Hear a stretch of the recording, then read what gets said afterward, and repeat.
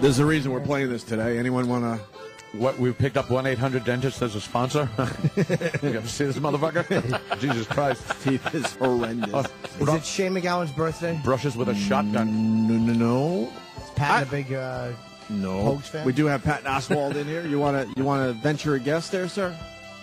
While we're playing I didn't even know, to be honest with you. E-Rock told me during the break he's going to do I this. actually do know this. What? I'll let everybody guess. It's because it's the one guy that Sinead O'Connor wouldn't fuck if he answered her ad. Please, Shane, don't answer my ad. I guess, because I'm way behind on this, but I guess Rescue Me ended their run with this song. With this song? Yeah. Oh, they did? Yeah, it was their last episode. Yeah, I'm a little last night. behind, so don't tell me what happened. But I guess they Do ended. they pull and this out is, to reveal the whole show takes place in a gap between Shane's teeth? That would be awesome. amazing. That would be very cool. Yeah. The whole thing. The whole thing. Yeah, then he just kind of digs it out and leaves it on a pub bar, wanders out. Orders a Guinness. Yeah. Throws up and leaves. Great. Feels like I got firemen between me front teeth.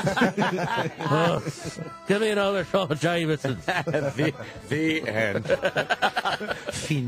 Well, you go on, you Google him and YouTube him, you can see there's videos of him just singing in pubs. What a fucking drunk. Yeah. Oh, he's great. And it's clear that he just stood up and everyone scrambled and got their camera phones out. 'Cause Yeah. He's just singing. Oh, Shane's singing again. I heard his teeth got fixed. Amazing. What? I heard he fixed his teeth. Why? What? Man? He's known for his teeth. Maybe it's hard to sing and his like that. voice, and You can't sing S's with no teeth. I don't think he would care. Yeah. Oh, well. So this is how Rescue Me went out. I heard it was a great season too. I didn't see last night's episode, so You're a little behind too. yeah, right? I got it. What they call DVR'd. All the kids are doing it. I'm still on season 1 first. I've never seen it. Is that it? Season I've never 1. seen it either. You It's a got good quite a show. way to go. Rescue Me is great, man. I have all these shows that if I don't get into them early, then they Yes. pile up and it feels like it's homework now. Like, oh, I gotta shake loose 18 hours in my schedule. I haven't seen Dexter. I haven't seen You're Rescue right. Me. You were so. You're absolutely right. There are plenty of shows I haven't seen that I want to see, but I kind of like when I don't watch them when they air. Yeah. And then you could just do those marathons if you really, you know, you have the flu. Whatever. How great is it when you don't have to wait a year? Yeah. For the next season. Yeah, You're it's like oh, season yeah, after I don't have season. to wait you no just year. If you like it, Here it's right there. Yeah. But it does get like a job though, where you're 10 episodes in and you're just like, all right, put in another one. Fuck. Well, like you're obligated to just keep going, right? Sweetie, I can't play catch with you today. Daddy's got to catch up on Fringe. I'm sorry. I know this is a moment I'll regret never having again, but I can't be the odd man out in my conversation with my friends. You know who piles them up is E-Rock. He piles them up, right? Yeah, E? yeah. Yeah, I'm starting Mad Men soon. Oh, good thing you mentioned it. No one will spoil it. Yeah. It's only But I 4 like, too, seasons in. I never mention the shows I'm watching on this Right. show because Right. the lovely listeners will fuck it up for everybody. I'm gonna watch that eventually. Yeah. Don't. You'll tweet and it'll be like, hey, check out this link, hot chick. And you click it, and it's a screen cap of the show with someone important dying. And you're just like, oh, thanks. Thanks, asshole. Great. Thank you. By the way, can you send the naked girl picture? Yeah. Please? Yeah. I can't find him on my own. Naked girl. Patton, what are we? Any naked girl. What are Love we 'em. promoting? Because we're going to forget by the end of the show. What are we promoting? 7, he comes in at 7. Here's my sheet. See, this is what I love. And he, finest hour on Showtime, on demand. Oh, cool. The album is out September 20th. You see how easy this is? I made a law, Opie. I made my own rule when me and Jimmy were doing the show when you were fighting off a hurricane down in the Outer Banks. I said, because they used to give me the very detailed sheet, and there were numerous ones for each guest, and I'm like, I said, put what time they come in, and by the way, I want the time they come in, then the guest, so I don't say Patton Oswalt 7 o'clock. That's silly. So if it's 7 o'clock, Patton Oswalt, and then it would be like, finest hour on Showtime on demand. Album comes out September 20th. That's all I need to know. But you don't know anything about him now. But he's here. He can tell it. You don't know anything about him. He can tell it. Yes. That's intrigue. I love not knowing.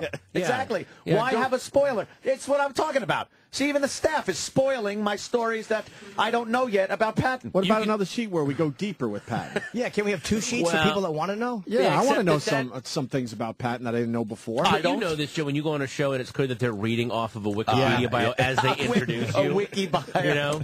So So our next apparently guy we're on the Lusitania. has been headlining clubs since 1996 and made a big splash. Oh, God, please just say my name. I'll talk about what's happening right now.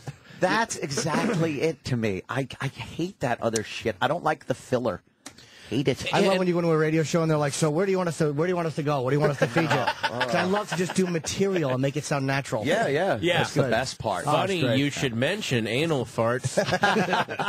Here's 10 prepared minutes. Did I just say anal farts? Where else do they come out of? That's all right. A vagina. Oh, yeah. You know what? That's what? true. Well, but they're You- called queefs. Yeah, they Yeah, are. but a lot of Thanks. times. Thanks for saving me there. No, you were right though. man, I understood what you're It saying. just means you're doing a good job. That was clarity. Yeah. It needs more clarity. This rain, man, what gives? did a weatherman murder someone in his bathtub? Why is it raining like this? The weather center offended? It's crazy. That weatherman story is terrific. And his name is Brett Cummins. I mean, it's just perfect. Yeah, Perfect. I like the round circle, the little ring of blood in the tub. Very mysterious. I was There's kind no of mystery there, speculating. I watch a lot of the crime shows. I watch the Cold Case Files and Forensic my wife Files does and that all that all stuff. day. I love that shit. And the ring of blood and the dead guy. This was one of these jacuzzi bathtubs. Now, I've heard tell that some of the vacuum suction things can be very, very harmful and can actually suck people's guts out and prolapse. So perhaps he got his asshole sucked out of him.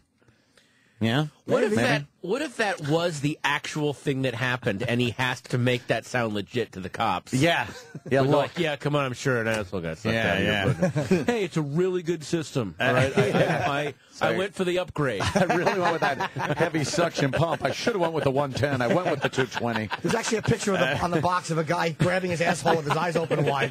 This is a very powerful suction. Yeah, what if they had like a little industrial graphic for that for a prolapse rectum, like warning, like don't use electric material, don't get your asshole near the jets. What was his last tweet? How would that look, the sign? Because the corrosive one is a hand getting eaten away by corrosive. And then there's the gears that are folding the guy into an accordion. And then there's just an asshole being pulled out of a gentleman with a pump. Yeah, and for every one of those graphics, there was a team of artists that had to argue what's the best. Like the Slippery Floor, that went through 8 or 9 versions. Yeah. Well, it looks like he's flying. It doesn't Yeah, show we the gotta message. fix that. You got to make it look like it's slipping. Now it looks like he has a big dick. What are you doing here? No, the legs are going up in the air. Come on, man. Slipping guy is difficult. But That sometimes he does look like a professional skater. Yeah. He's doing a a little pirouette. Or he's reclining. He has a huge erection. You have to be very careful with that stuff. Electricity, not very difficult to put across. You just put that lightning bolt. The lightning, yeah. And, Everyone understands the and lightning the guy's bolt. like, Poison. poison. Everybody knows poison. The skull and crossbones. Yeah. The hand in the gear is one of my favorites because it just you go There's a visceral The corrosive is silly because no one's going to hold their hand there steady for that long while it till just bone show. eats what looks like a huge bite mark out of a hand. It should be a motion blur. Like he's pulling it away at least. Do you remember when there was this campaign? I remember this in the 70s called Mr. Yuck. And it was those stickers for kids, and it was his face just going, bah. And parents were supposed to get him and put him on anything poisonous in the house. So that little kid, and there was a little song, and they would teach kids, like, if you see the sticker, don't drink, because the hard to open drain cleaner top wasn't enough for kids. So maybe I should chug this. E-Rock had that on his refrigerator growing up. His parents really tried. They did try. Mr. Yuck. Can we find the Mr. Yuck song? I would love a Mr. It has Yuck to be, song. Mr. Yuck. The laser one's kind of cool. Look at that, the caution laser. Oh, damn. It's a line with a big ending of don't be there. If you're working at a place with a caution laser sign, then you do have kind of a cool job. You do get to That say, is true. Yeah, well, I got to look out for my job. Some of my coworkers are dicks. Oh, there's lasers. So the kid's kind of rough. Yeah, I got a rough job. Yeah, there it is. There's the Mr. Yuck commercial. All right, Mr. Yuck. This YouTube. I can't see it. Oh, this is scary. Mr. Yuck is me. Oh, I remember this song. This plays before Voss's act. You know what, Darren? I look like Mr. Yuck. Lots of things that children shouldn't touch. Oh, Lord. Home is full of bad things that can hurt you very much. Now there's a man whose face is green that you ought to get to know. He'll warn you when danger's coming fast or slow. Get to know his face He looks in like the IHOP every shooter in single Nevada. place. When you see it, you'll know quick. Things marked yuck make you sick, sick, sick, sick. Whoa. Like your uncle's dick. Mr. Yuck is me. That come out quick. Mr. Yuck is green.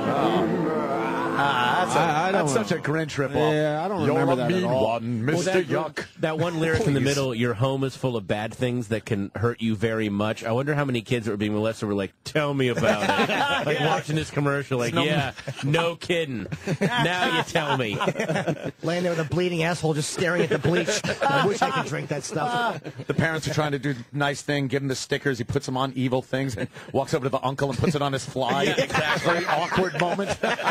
At Thanksgiving. Like, I don't know, everyone's time. This kid's crazy. Yeah. Love stickers. What year was that, Patton? You know? I remember it in the either 70s or 80s. I just remember I seeing don't those remember that one at commercials. all. I've never seen that either. No. Yeah, they were. No, God, that wasn't on the prep sheet for Patton Oswalt. Yes. See? God damn. It's going to be Mr. the Yuck next stuff? It's going to be Nice. the next radio station he goes to, though. Yeah, they'll the have shit out of that. So I heard on O&A you were mentioning a commercial that you like. We're talking to Patton Oswalt. Fantastic coming out. Hey, we got our Thursday morning panic giveaway. We got a real good time. Then we're going to have her at 10 a.m. I hate my boss donut toss. So come on down. I hate my boss donut toss the donuts off the roof. Please tell me you made that up. Oh, I hate that. It's great. Now I need to know if someone did the I hate my I boss remember donut. there was a couple of DJs when I was growing up, and they would talk about the other DJs doing horrible promotion. I think that was an actual. They were just throwing donuts off their building, and listeners are coming by with. But I hate my boss you realize donut there was job. a time when before like satellite that it's now missing just the local morning zoos Yes, where you yes. just had to do anything to get anyone to listen just for a day. They weren't even building an empire. It was like, how do we get through these next 4 hours? What can we do? You know, if there was a new pill in the market, yeah, let's give our intern this Viagra, see what happens. Like, they would just feed drugs to people, just anything. Well, How do we get one more hour of people listening to us? Holy shit. That was us in fucking Wow. WAF. Yeah, I Oh, really? guess. Oh, yeah. We were. Oh, yeah. I guess we're guilty a little bit. We moved on. We weren't as but, bad as others. Wow. But I guess we have a little guilt there. Oh, is that fucking classic, though? It's true that just get through the 4 hours. Yeah. Just whatever new thing is out, try to make a bit out of it. Yeah, pretend Hate they're the flying like a boss. dirigible or something and dropping things on a TV Yeah. station. Bra that would be bombs. stupid. Yeah, that I would don't know what Jimmy's Who talking would do about. that? I was talking to Danny Bonaducci one time, and he said on a radio show, Rohypnol had just come out, and he was like, this can't be that this is all hysteria. So he went down to like 5th or 6th Avenue, New York, and he had a mic with him, and he goes, I'm going to take a Rohypnol and start walking up 6th Avenue and see if this affects me, and whoever bets on when I pass out. and then he said he walked, and then he woke up like 8 hours later in a hospital or something, and then he goes, and then some asshole won a toaster. So again, just testing. Like the history of Rohypnol would include, and then Danny Bonaducci took it on 5th Avenue and decided to walk and record himself. There just isn't any of that local shit There's left nothing. anymore, which They're all doing was sports talk really now. bad, but That's the new trend in regular They radio. flipped in Cleveland recently. Sports talk. Yeah. That's all it is. Safe. It's Safe shit. nostalgic now. You know how Really? long it's been since I've done this? Like and An this, hour? and this and this was supposed to. This got to the point where it was supposed to be ironic. You know, Right. Oh, like, yeah, hey, yeah. everybody. You know what? Now it's not even. You know Yeah. what? Why don't you throw that away right now? I'm going to retire the horn. There it goes. Here, it's in the garbage. Oh, come on, There we it might goes. need that. I still There have it goes, the Pat. racism bell. Everyone knows what this means. Whenever I mention something that is completely racist, instead of mentioning it, You just I want to will ring the acknowledge, bell. okay, yes, I know I'm being very racist. And then the universal sound of the boner. Still need that, Pat. Oh yeah, well that you Still need that. Yeah. But I actually play it also.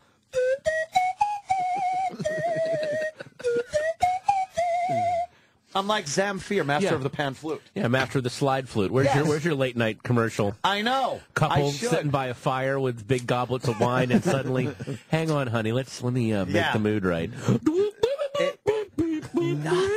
Beat that Zamfir commercial was great. He was into it like Jimmy Page playing guitar. Man. He'd make faces, and his arms are. Whoa, he's working a pan fucking flute. Yeah, Couldn't help but deal. The way he would crank his torso around. Yes. With that, and you know that when he really plays it, he just sits there. Oh, he does. Still, and then the guys who's commercial like, could you really kind of? You think he was mugging a little bit? Ham it up. Oh man, in the you studio? better sell this dude. There was a mic and him sitting. He was probably sitting down, just playing it. What is Zamfir doing these days? Is he dead? Let's go to his Wikipedia page. I like Wouldn't it be finding out great what if you- happens to people. I love finding out like when people that you really dug growing up have now become like crazy political one way or the other. Like that was never a part of what they did. And He's suddenly the they have Grand some- Wizard. Yeah, or he's a Grand Wizard. He's like a radical vegan, like with dreadlocks. Yes, using his pan flute to spread the word of veganism. Zamfir started an online petition to have all Jews put in garbage disposals. What? What happened to that guy? He seemed like such a nice guy when we met The him. pan flute. I didn't realize that he was channeling so much rage to that thing. As he plays Deutschland, Deutschland on his pan flute. He knows every German march. That would be a great like Mad Men style show to do a show about the early '80s like morning radio, like that. Yeah. Whole world of the competing, because it was like there were times it was really ugly what people would do to each Literal other to try wars. to. Yeah. Zamfir. Not Zanfir. I have no idea who you're talking about. Zamfir. You don't know who that is. Yes, You don't do. know who's it? God, He's a read kid. A He's a book. kid. He's a kid. It's He's pathetic. almost 30. It's sad. See? This is Zamfir. Just put Master of the Pan Flute. Exactly. And it will come up, my friend. Oh, I can play along with this. This is yesterday by him, obviously. Yeah. Zamfir.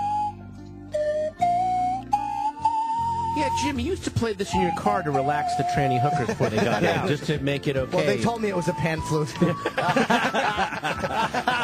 And his body was writhing and his hands were moving. It's all right, honey. That Venezuelan guy plays something just like it. You'll be fine. Yeah, Daddy, you got to pull back the little hood on this one. Yeah, don't you fret none. No, that's a special pussy. That's a special pussy just for you. It's Ramadan. Oh, shit. You don't know what happened to him? He's still passionate still about doing it. Playing? He's still I mean, passionate. in the spirit of fairness, Yeah. he really can play. The Yeah. pan flute. I mean, all kidding aside. And he was the only guy, though. Yeah. You didn't have another pan flute guy. Who's the second pan flute guy? I There's no I always second like pan. knowing You know the who second guy. pan flute guy is? The bitterest motherfucker. Yes, the Pete Best of the pan flute. You bring up Zamfir's like, that's oh my Fucking guy's God. a hack. Yeah. I got close once. Yeah. Let me tell you something. It's Nickelback, Limp Bizkit, and Zamfir, the luckiest asshole in this business. Don't say that name to me. There's a whole warehouse of Larry the Pan Flute King bumper stickers that never got used.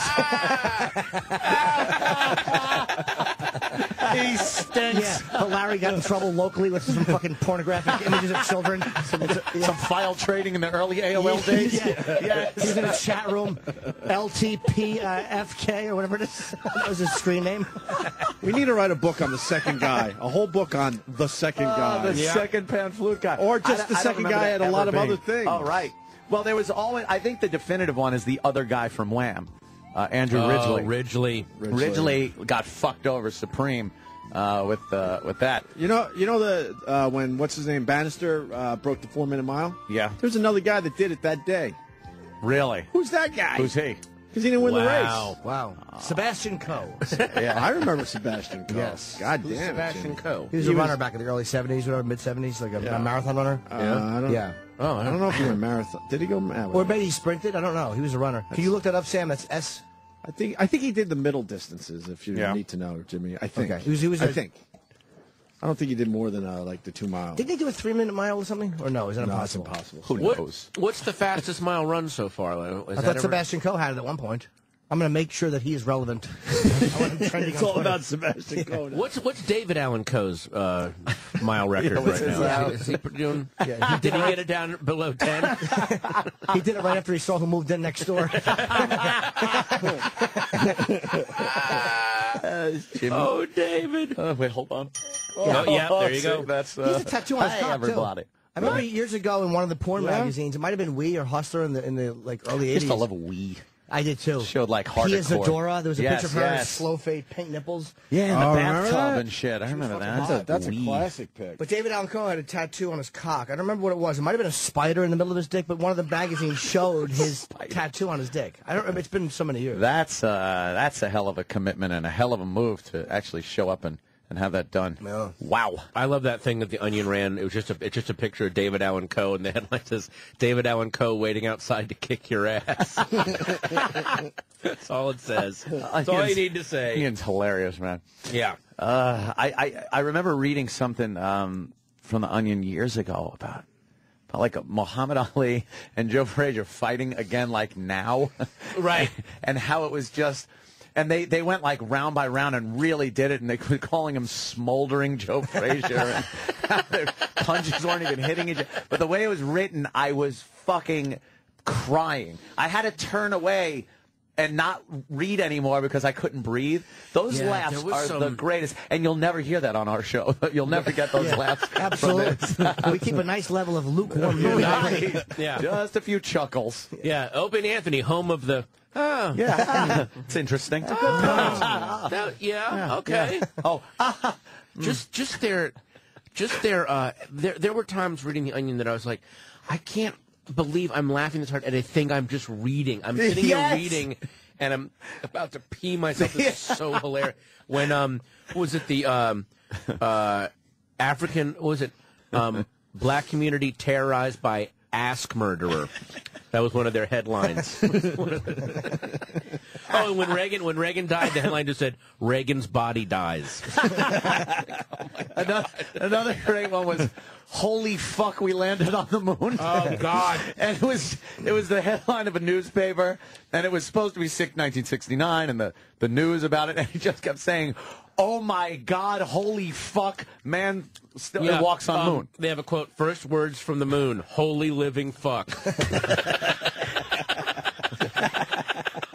Hilarious. Yeah, they had that book. It's called Our Dumb Century, and they go to the Onion through like the beginning of America. Yeah, and history. It's so Fantastic. there's one from the 70s, which Holy is shit. There it is. Man walks on fucking moon. Neil Armstrong's historic first words: "Holy living fuck." I can still read that and laugh my fucking balls off. Yeah, alone. The guy who above Neil Armstrong. The guy who wrote and directed Big Fan wrote that. That's one of the articles. He was one of the editors, and he was the editor, and he put that book together. You know, this guy on hold for the last Hilarious. on hold for the last half hour. All he wants to say is how great Big Fan was. Oh, really? I fucking love that movie too, man. I lucked out. I lucked out getting to do that. That script was so good. It was interesting to watch you going through and reading and preparing, because it never occurred to me that sports radio's callers actually do that, but I'm sure they do. Oh, they're competing with each other. If you listen to, because Robert would play me some of the things that inspired him, and knowing what you know now, if you listen to some of the callers, they are so clearly reading off of a thing that they prepared. And haven't you ever guys gotten callers where you're like, I think this guy wrote this stuff down? Yeah. Never. We're waiting for that day, Patton. That would be real You're nice. aspiring to that. Regarding Mr. Norton's statements on oversized piss flaps, I must vociferously disagree. Point one. Yeah, that'll never happen here. No. Unfortunately not. No. Hey guys, They're all dolts. What's going on? What are you doing? So what's up? Hey, we're good. Hey, is Jim Norton there? What do you got? Hey, Happy birthday, what Jimmy. What are you doing, Jim? God, it's every caller. Hey, so you're doing a show next week? Yeah, well, All right, that's cool. Have you been calling us for years? Wow. As different people? I think it's much as some horrible town. Like, dude, you got to get up to Seekonk, Massachusetts. For what? For what? Oh yeah, the Facebook fan page. I have to every day people are like, hey, when are you coming to Ponca City, Oklahoma? And I gotta stop myself just writing never. What? No, I'm not. Never. No. Not. You're driving somewhere when I'm close to you. I'm not going there. I'm sorry. There's nothing there. I can't make that worth my while. I'd go if they'd pay me. No one's gonna pay me. Well, we're going to try one of these out right now. That's hilarious. We got the guy from Westchester. He's been on for like a half hour. Oh. Buddy, what's your name? Hey, I'm Mike from Mike? New York. Okay, you got Mike. Patton Oswalt listening to you. What's up? Hey, I just want to say that movie Big Fan was hysterical, and it fits me and my fans, me and my friends to a T. Oh yeah. Do you guys call into a lot of sports shows? Oh no, not only that, because when you talk about Giants are like, oh, we got to win this week. What do you think we should do? Incorporate ourselves. You get into a panic like you're responsible for it. We got to do something here. What do we do? Yeah, and you think everything with the good luck charm.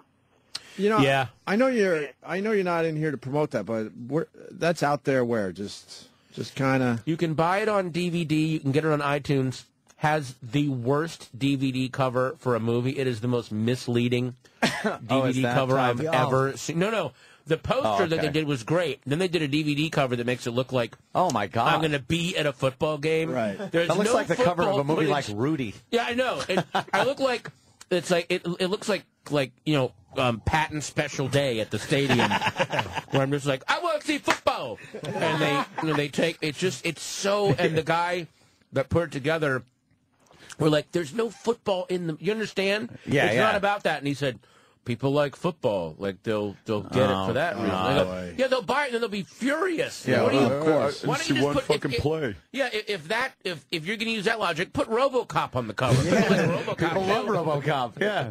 Oh yeah, they do like RoboCop. I'll put that on there. I highly recommend you go try to find a Big Fan with Patton Oswalt. It's on Netflix, right? And with football season, starting this week. Yeah, it Perfect. is. Perfect time to watch that. It was such a good script. It was great. And apparently it made the rounds for like almost a decade. Like people always wanted to make it, but it's so dark and he wouldn't change it. And then he wrote The Wrestler, and that got him all this heat. He said, "All right, screw it, I'm going to make Big Fan now." Oh wow! Now that I have the heat to do it. Really? Yeah.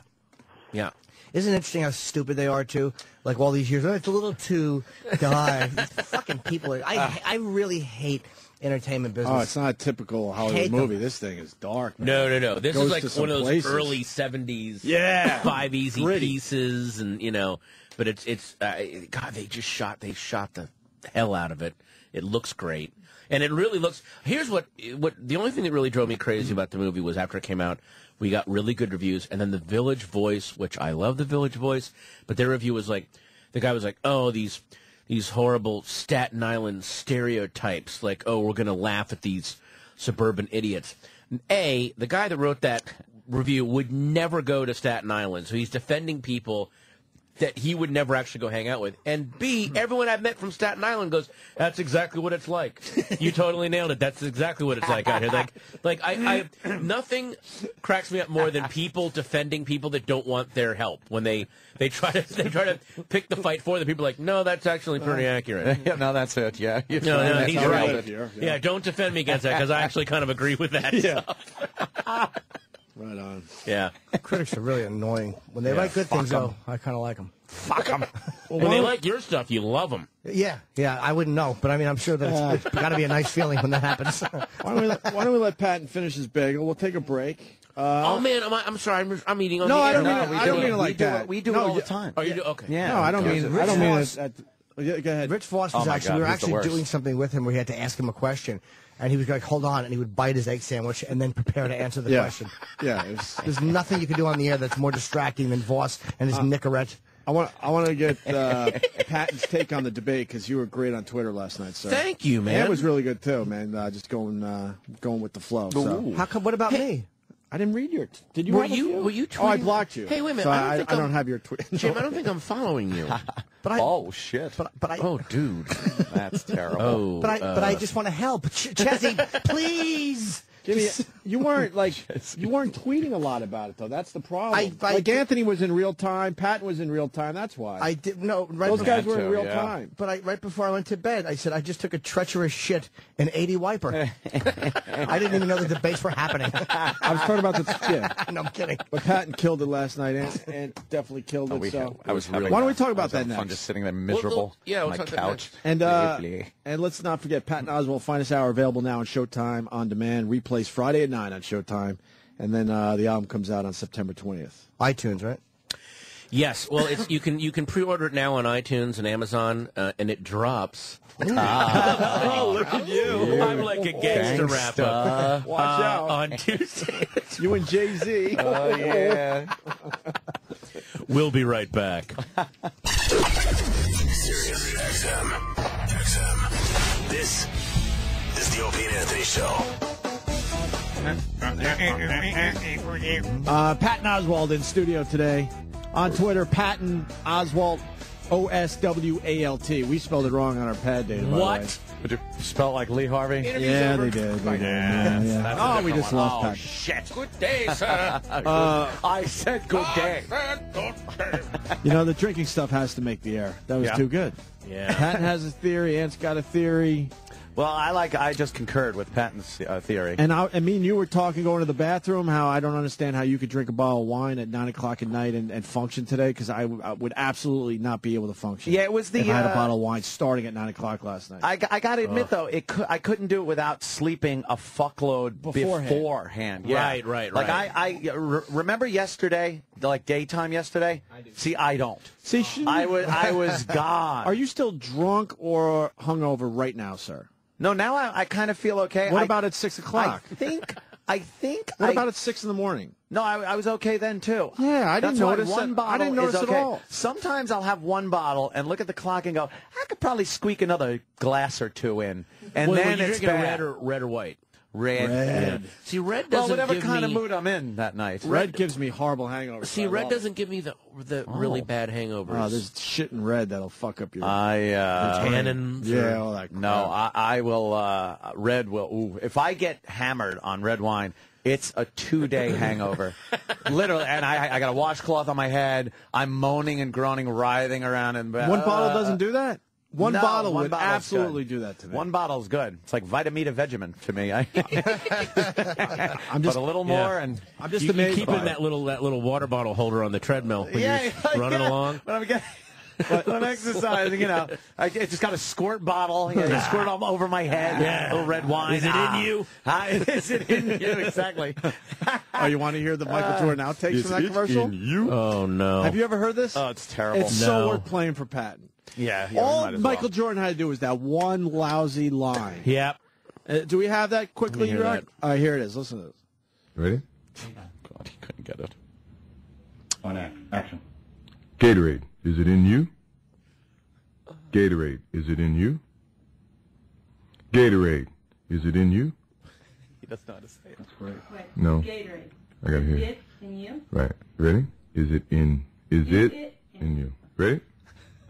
Gatorade, is it in you? No! That's not it. This is so aggravating. Gatorade, is it in you? Gatorade, is it? Gatorade, is it in you? No! Nope. One more time. Fucking idiot. Try the last way you just said it, just conversational. Gatorade, is it in you? All right, ready? Gatorade, is it in you? Gatorade. Gatorade, is it in you? Gatorade. Gatorade, is it in you? Okay, ready? Gatorade, is it in you? No, don't like that. Oh, you don't. Gatorade, is it in you? Okay. Gatorade, is it in you? Oh, dear. There it is. Oh, Michael. I love the really forceful Gatorade one. Oh, it's funny when they have to kiss his ass. I love the I know. time. Yeah, It's the Orson Welles thing. You've done 8 ads for us. And by far, always the best. Wow, I did it right the first time. Fellas, you're losing your heads. You know it. Find me a jury. Find me a... No one says it like that. I love Why? how... I did it right the first time. I love how Michael keep going, you ready? No, Michael, they're ready. Yeah. Trust me. They're way more than ready. They are You're so ready. They're not the ones with the problem They here. assume this would take 30 guys okay? seconds. Yeah. Can't believe it. The greatest in you. Yeah. Oh no. Come Is on. it in you? Is it in you? Is it in you?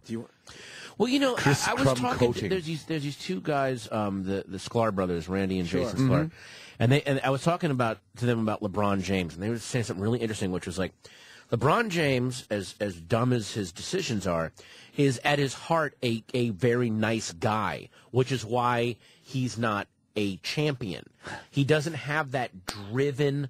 I will. Whereas, but they go, consequently, he has the most chance of, after all this craziness, of having a normal life and becoming a real person. You have to be able to step over people and Yes, be a whereas- scumbag? Well, not even so much a scumbag, but you have to literally think of yourself in godlike terms that you are more than human, and just the world doesn't quite apply to you like it does to little people. In a lot of ways, that's the thinking of these champions. Like Michael Jordan is an amazing basketball champion and a horrible human being, and he's burning his life to the ground because that drive makes you not live a good life outside of the sport. Outside of Because what you're driven on. He buys for, motocross teams and hemorrhages money. People go, hey, you can't make this work. And he's like, I'm Michael Jordan. In the fourth quarter, I will pull. Like, in his mind, he will he's still, always and he's still pull it using out. basketball He will terms. always, like, that's the gambling. That's all that stuff. It's Wow. so weird, yeah. I heard he's a big card player. Yeah. By the way, But never heard anyone in my life badmouth Michael Jordan until today. Oh, really? No, I'm it's not- legendary. Really? Oh, yeah. I'm not. I'm not. He is an amazing basketball player, but a lot of the stuff that made him. We know a lot of comedians that they're amazing comedians, and the thing that makes them so incredible on stage kind of makes them train wrecks in real life. Oh, like geez. it happens. It's we're hard. sitting right next to one. Let me give you a hint without saying we're both sitting next to one. It's in between you two. Guys. And, you know, Jimmy. Don't be Jimmy fresh. his name rhymes with Bim Borton, and I'll just leave it at that. Oh, guys. No, but like Tim Horton, he's a Canadian hockey player. But you know what I'm talking about? Like, there's just that sometimes the drive to succeed in one small area can really burn everything else down in your That's life. interesting. I'm Good kinda- point, sir. I'm trying to see if that applies to Richard like Pryor. me. Pryor, You know, the greatest of all time, and his fucking personal life is a disaster. Yeah. Disaster. Absolute disaster. But on stage, when he was on that stage, and I would say like on stage and kind of nowhere else, because once he got successful, look at the decisions he would make about the movies he would do. He would do that those early movies like Blue Collar and Lady Sings Blues, are just like, can't believe this guy didn't get an Academy Award, and then later on just went Toy. yeah. But they were throwing millions at him, though. It was hard to say no to the money. I think Brewster's million. There were some awful ones. Moving. Oh, yeah. Fucking, another. What was it? Another You, I think. But also, I think it was that Silver thing where he Streak. goes, I'm on stage. I'm making stuff work that no one has ever been able to make work. Yeah. So getting that mindset of like, I can make anything work. I can make it's Carl Lewis singing the national anthem. I can do that. I'm Carl Lewis. I can do fast. anything. Yeah. No, dude. Just because you can, nail the one thing, you probably can't do the other. That is a fascinating hypothesis, and I always wonder if people know they're assholes. Which is that's a tough question. Like I don't know if I'm looked at as an asshole. How can you not? What, do you But never that's read just Twitter? it. I know, that's just Don't you it. see the billboards in Times Square? Exactly. That's just it. Like, you read some things on Twitter and stuff. I think it's easier to maybe figure out if you have some asshole-ish tendencies these days, because there's so many people that can tell you. Yeah. In the old days, you just walked around and someone would have to go to your face and say, hey, you're an asshole. Take the time to get a quill but how and would- write it. How would someone like a Kobe Bryant or a Michael Jordan know they're assholes when that asshole behavior is what made them a champion? Like a lot of times they're on the court and they do something that some guy's like, you're an asshole. It's like, damn right, I just Yeah, scored. motherfucker. And Right, of course right. you think I'm an asshole. And then that just and I'm not even judging them, because if I were in that position, I know I would be even worse if I had those kind of skills. Right. I would be a monster. In your face all the time. And then, on the other hand, you have people like Reggie Miller, who are just as amazing, and everything I've heard, he's the nicest, most down-to-earth guy. So I'm not saying that applies everywhere, but it clearly... I think that the most... I know this is weird, but some of our most effective presidents have been effective because they're horrible people, and because they're willing to... I read this great thing by a guy named Jonathan Hickman. A president has got to understand that when he goes into the White House, when he leaves 4 or 8 years later, he will have murdered people. And he's going to have to be able to sleep with that for the rest of his life. Wow. So someone like Jimmy Carter, who is a really nice guy and does great work, but not a good president because he cannot square the fact. And then people like Nixon, except for all the paranoia, did amazing foreign policy stuff because he was like, I got to kill some people here to make things like it's just that weird. And Clinton too. Clinton he killed people. Yeah. He went over, did these little wars, and just and left. You know what? I'm going to be okay with it. And then, he didn't inhale. So he comments just do the old reference. They just have their old joke in this. Lewinsky's dress. Yeah. Got it? Yeah. I mean, it's weird. I was talking with someone about, like, I was arguing with someone about George Bush, and they brought up a really good point about George W. Bush, because I was like, I think he was a horrible president. And then they said, well, you think he's a horrible president because he got stuff done that you didn't want to get done. But as far as being an effective president, has there ever been a president that got everything he wanted the way they put, like, anything, any horrible thing he wanted to put through, he got it through. Whereas, like, Obama is trying to give people, like, I want to give you guys free health care. No! Like, you can't get that through. You have a majority. So, like, what do you mean when you talk about effectiveness? Yeah. Do you know what I'm saying? Absolutely. Like, it's just that there's that weird. So I don't know. I'm reading the Robert Caro's the Lyndon Johnson biography, that big 3-volume thing. Jeez. It's Wow. unbelievable. He was quite the character. I normally don't read huge doorstop biographies. I don't want this thing to end. It's a 3-volume book. Huge. The Path to Power. The Master of the Senate. It's unbelievable. Yeah. Unbelievable. What part are you up to? What's he up to? I'm in Master of the Senate right now, and he is basically, I didn't realize that in the 50s and 60s, the Senate was just a joke. It was a joke, and he came in and said, oh, no, I know exactly what to do with this thing. I'm going to make this. So, it's unbelievable. How did he become the president, though? What actually happened? The book says that it was JFK committed suicide. That's the worst research part, but otherwise, it's not. Holy shit, Jimmy! But yeah, it's an amazing book. I'm trying to. It's funny. I was trying to get my reading habits back because I'm so online now. So am I. It's hard to read for more than 5 minutes, and I got to go to the computer. And then I jerk off. Dude, exactly. I'm trying to fucking just make myself read more. Yeah, because I used to love to read. A real book made of paper and everything. I like to smell it. Yeah. Every time I open like 4 JPEGs and get them just the right size, and line up so I can jerk off to the gallery I've put together. Right. The little strip club you put together for yourself. I could have read a Hitchens essay while I was doing that. It's hard to make yourself read, man. What happened to my imagination? Nothing worse than spending too much time jerking off and realizing, boy, I could have just gotten that over with. Yeah. Why did I want to make it perfect? Yeah, why did I just... I gave my dick dinner. Yeah, why did I just... Candlelight. I just storyboarded and put a soundtrack on my masturbation. Good Lord. Yeah, I know. Spielberg didn't work this hard on The Color Purple. Holy shit. What's worse? I'm on Pro Tools, like putting fucking CGI with the girls. Do a slideshow. Yes, she's in space. It's great. This Fergie song on. All right, here we go. Just time it. Time it. It was fucking midnight. I started at 5. What's worse than when you edge for hours and you finally blow your load, but you time it wrong, and only fluid comes out, and you feel like you got a half-pound of spackle left in your balls. No. Like you just don't finish the orgasm. It's horrible. It's like one of those ones that you just get a half an orgasm out of. We'll be right back on The View. Yes. In just a second. Thank Jimmy, you, Jim. it's not the destination, it's the journey. Well, when the destination is a fucking head-on collision into a wall. The journey wasn't that great. Hey, Patton, you got to give your theory on drugs and alcohol. Oh, well, okay, this is my... And Anthony was with you on this. Okay. It starts with that theory of like, well, boys are better than girls at math. I actually think with math and chess, there's just a tiny portion of the population that just get it, and then some that don't, and that's it. And we're trying to force people that everyone can learn math. I don't think that I also think only a tiny part of the population needs to know math and physics to move us along.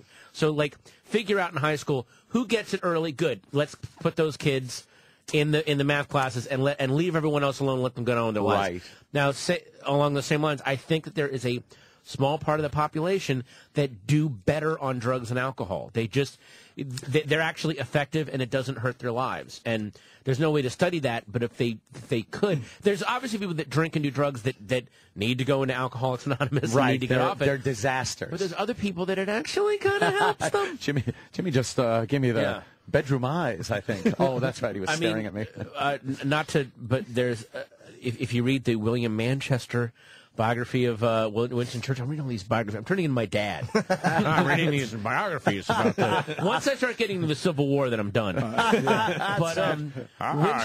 Winston Churchill would not have won World War II if he hadn't been plastered. Like he was helped drinking. Him save the world. Do you think some of his decision making was a little more loose? Like inhibitions kind of drop, and you go, let's send a whole fucking bomber crew in the daylight over there to Dresden. I think it definitely opened a row of doors and windows in his brain, so that he saw a bigger perspective than someone who was maybe sober and narrow and going, let's look at the task at hand. Whereas Winston's like, let's throw it all up in the air, see what we do here. Yes. Boom. Let's run up the flagpole, see what sticks. Yeah. Or wait a minute. And he, so there are certain people that it kind of helps. It works for them. And also some people, it doesn't adversely affect them. And I know that's a very taboo thing to say, but some people, the alcohol and drugs are good for them. Do you know not everyone can draw Tippy the Turtle from the matchbook? No, and it's exactly. true. Yeah. Some people are cut out for it, and I think your math thing, I think math is part art. It's supposed to be this definitive science where, 1 + 1 is 2. That's where mine ends, by the way. Yeah. But there's an art to it. Wait a second. One plus 1. Oh God, you lost me. Yeah, I know. Right. See, some people aren't as good at it. Yeah. You're probably more a grammar guy. I don't have the gift. Yeah, the gift. It's but I think there's an art to it in looking at those numbers and instantly being able to figure it out, like much like a painter would with a canvas and paint. Yeah. Like I don't believe that everyone has a sense of humor. I don't believe that everyone can play basketball or everyone. I do not believe in anyone can do anything. Right. We're all equal. Fuck We're not. The reason that we can move forward is that people have different skills. People and that are weaker better and, at other yeah. things. The world needs ditch diggers too, you know. Hey, there's an art to building a wall. There's an art to there is that some people don't get. I can't build things. I can't build things, and other people can. Right. So 2 parts cement, 1 part water. Yeah, and look, I get drunk, and it doesn't really help me. But there's other people I know that they get drunk, and it really helps them. And they're better drunks. Some people are really, really bad drunks. Yeah, then there's some people that should not be drinking. Yeah, and other people that are fine and status quo, and other people that all of a sudden it becomes a beautiful mind. They're amazing. They're writing on the windows. No, it happens. Of course, it's scribble. Yeah. Dick pictures. Wait, is this math you're writing on? Well, then people could see this outside. What are you doing? And then you said you were a better driver when you were drunk. I said I was a better driver when I was drinking, not completely drunk. I would hit a point where I would be like, I'm not driving. But there was times where I would be over the legal limit of .08. And I knew I was, but I knew I would drive home doing the speed limit, staying in the middle lane or the right lane, and doing the speed limit and not weaving. Just keep my eyes on the road. You would have that focus. Not tailgating, focused. Because I knew if I got pulled over, I'd be fucked. No texting or tweeting. No. And no now, changing the radio station. when I'm sober, I'm a fucking lunatic on the road. Well, then there's your PSA. If you're going to, if you drink and drive scared. Drive petrified. If you're going to drive drunk, do it scared. Mm-hmm. Yeah. And they do scare you at the commercials. They go, if you're drinking, you will get a DUI. And that just makes me go, wow, I better drive nicely when I'm drunk. So they don't catch me. Radio off, window open, cool air hitting me. That's it. Oh, the cold air hits you.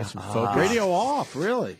It's tough to do. There is nothing worse. But if you're drunk, you get lost in a song. If a great song comes on, that's right. oh, man. Yeah, you forget it. Immigrant song comes on, I'll drive into a school. Will dump your pill. Boom. That will make your foot go down a little bit on the gas pedal. Who wants to be killed listening to Mares Eat Oats and Dozy Oats with Lambs Eat Ivy? How many people do you think have died because they didn't like the song on the radio? Oh, and went to change it? How many people have died because they loved the song on the radio and put their foot there? Yeah. Or that moment you just looked away because you were turning the radio. That's what I'm saying. How many people have died because the Yeah. song sucked on the radio, and you're like, oh, fuck this, and you're looking for something else. Yeah. Oh, how many people died and they weren't close enough to the button? So when they died, it was like Barry Manilow's ready to take that chance again. Like no. that was the soundtrack of them burning alive in their car. My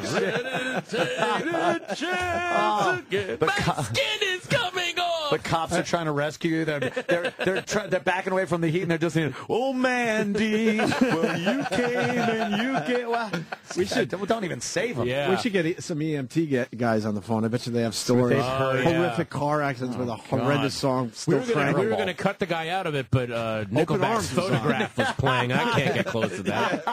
Look at this phone. Let him die.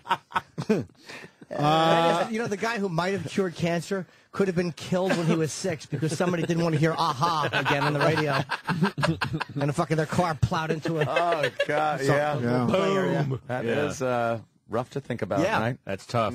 Oh, I can't hear another Foreigner song. Yeah. Ah, shit. Patton James in North Carolina says, we don't want health care because of the price we have to pay for it. Serious politician guy is calling No, out. it's all just laughs right now. Serious politics guy. I thought the whole point is that they're trying. That it was a thing that was good, that people just... Aren't they trying? Well, the other thing is once people get free health care, then they don't want it ever to go away. So that's the other reason to stop it going through, because then it becomes this thing you can use. So it becomes a right, just about. Yes, exactly. What did you think of the debates last night there? I love any kind of presidential debate because what as a comedian, and you know this too, Jim, when people have something. I've interviewed enough. No, you hang around with comedians, right, Jim?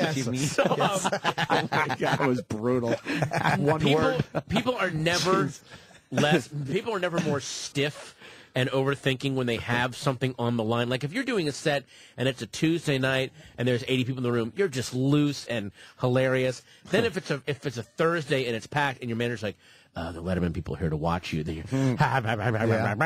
would they ever tell you that, by the way? Just don't tell me. Let me just go up. Don't tell So you these guys, they've got the White House on the line. So they're trying to be loose, but their version of loose is so stiff. And like early on when Perry and Romney were going at each other with the Al Gore jab and then the Dukakis jab. I was like watching Gladiator. Yeah, but it was still came off so stiff because they would do the weird nervous laugh afterwards, like I hope people don't think I'm an asshole for saying it. Which is a weird. So you're saying it looked more Punch and Judy?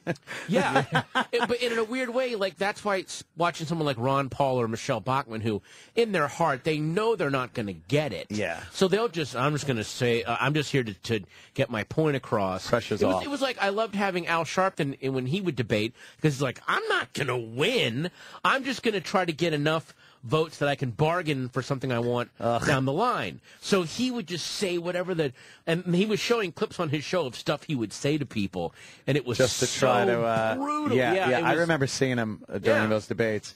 And just being horrified and disgusted. Yeah. Because you knew he didn't have a chance in hell of winning. It's like, and why the fuck is he even up there? Because he's the guy. He's there to stir things up. And he knows how to use politics. He knows how to use the form and the system to get. He doesn't want the White House. He wants the guy that wants the White House to need something from him. That's the strategy. He knows how to work the system. But it's amazing he didn't been allowed to stay in the system over the years. Well, and nobody's brutal back to him. That's the problem. Right. Is that he's an awful guy, and nobody just attacks him with the venom that they should.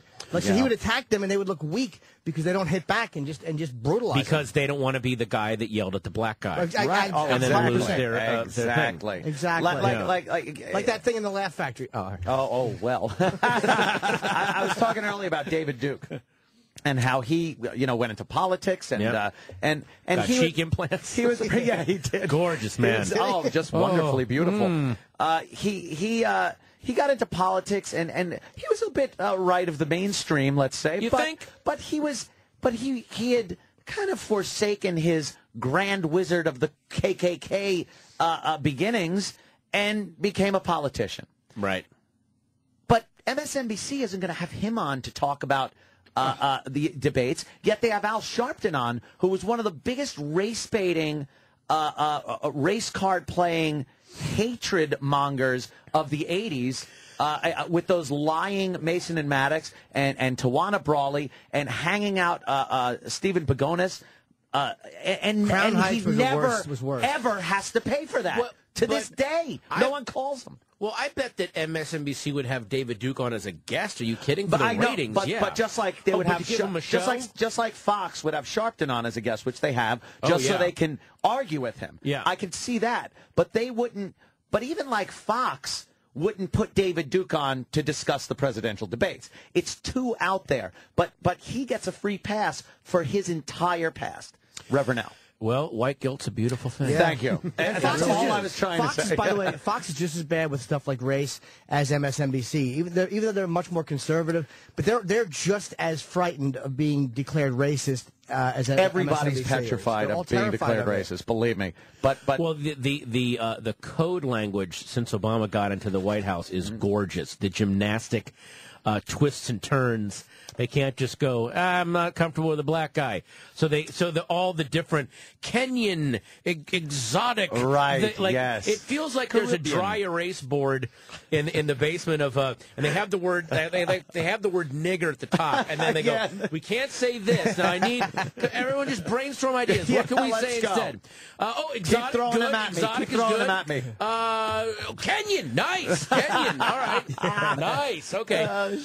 Cotton picking. That's going to be a little clumsy. I don't know if we can do that one. Yeah. Put it at the bottom of the board. We'll keep it up there. About it. What's so hilarious is, especially watching the Republican debates, is that they are. I mean, there's a Tea Party test, and I'm not saying that I disagree with everything the Tea Party says. I just. The way they go about it is so the Tea Party is the right wing's annoying hippie assholes. They're their version of the women that are painting their breasts and dancing with tambourines. We're like, would you guys just grow tone it down? Stop it. I like some of their ideology, but they're no worse than the Congressional Black Caucus and a lot of this other bullshit on the other side. Watching people that are beholden to a fringe group try to debate is so hilarious to me. It really is. Throw little bits of red meat out to them. That tension is, to me, just comedically is fantastic. Watching them try to dance around the obvious is hilarious. Yeah. When you're watching somebody tap dancing around the obvious so they don't come off looking a certain way, but they want to step right in the middle of that.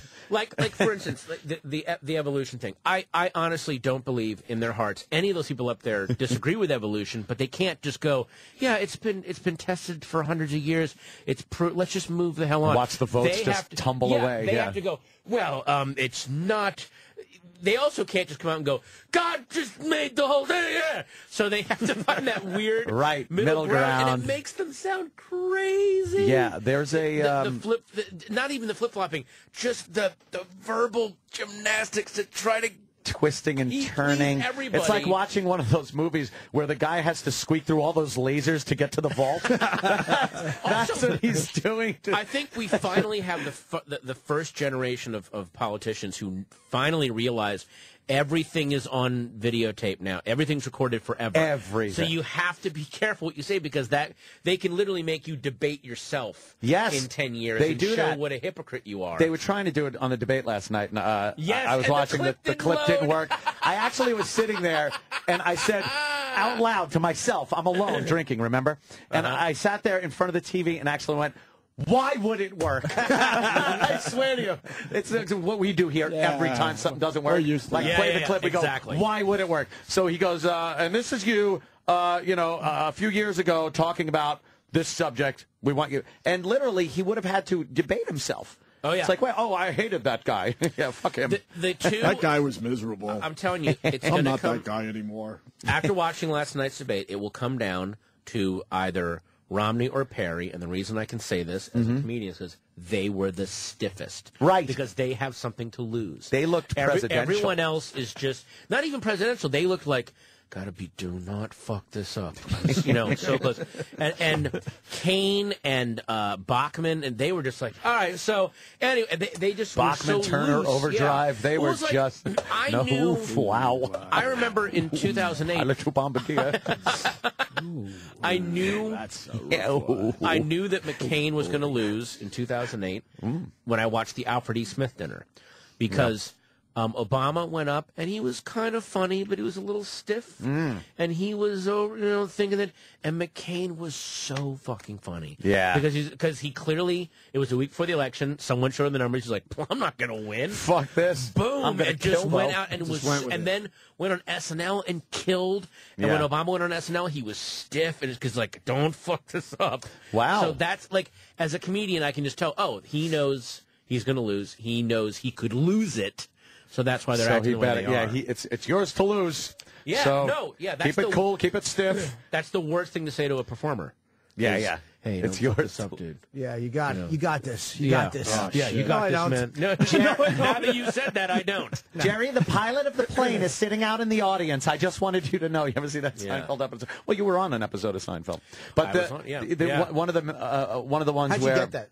Yeah, that is a great fucking. It's the coolest fucking thing. I could tell. I wish I had a great story. I went in. Yeah, I went in and auditioned. That's it. I wish I had a better story. Fucking cool ass show to be on, though. But there's nothing worse than when you say you did something and a comedian's like, well, how'd you get that? Are they looking for people? It's like, leukemia. Why don't you just die? There was one of his like road managers was the woman from that 70s show, The Mother, and she'd always like nudge him, and he was going out on stage, and out of nowhere, she goes, I don't want you to be upset or nervous or anything, but the pilot of the plane we were on is sitting in the audience. And he goes, why are you even telling me? Like, it means nothing. So he goes out, and he starts doing his act, and he turns and looks at the pilot, and the pilot's looking at him, and he froze. He flop sweats. He runs backstage, he goes, why did you tell me that? But it's one of those things where it's like, it could fuck you up. Yeah. Just being told something Don't like put that. any thought into my head. Just let me wander out there. Just do it. Yeah, shut up. What do you think of Ron Paul there, Patton? I like. It's weird how Ron Paul. It's like somebody tweeted about Ron Paul. He's just he's 90% right. He's 90% right. Which is my friend tweeted.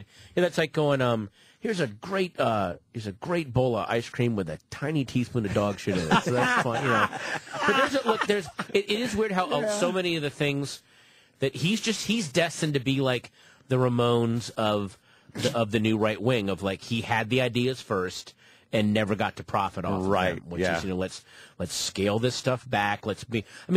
I'm all for let's put more money in the infrastructure. Let's I'm all about America first. Well, you're going to hear that tonight, by the way.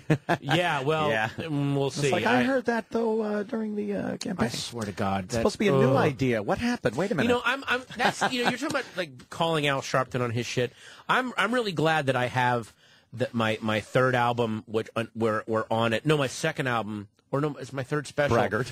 No, I talked about... It's the beauty of being me. You don't have those dilemmas. Was I at the Oscars or the Emmys when George Clooney said to me, no, it might have been Sean Penn. But I was like so high on Obama, and I have a bit where I'm like, to me now, people are like, well, you must be really embarrassed by that. Like, no, it's a historical thing. That's how I felt.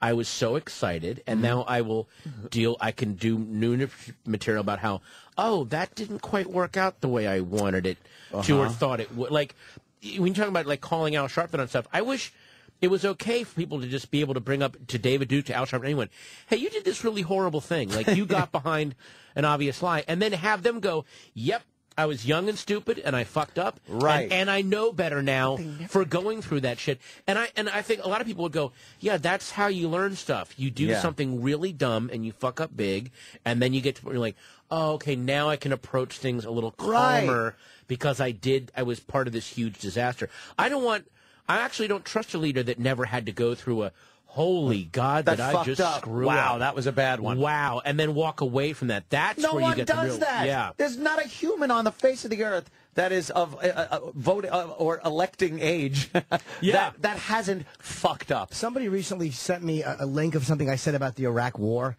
I literally couldn't have been wronger if I said that.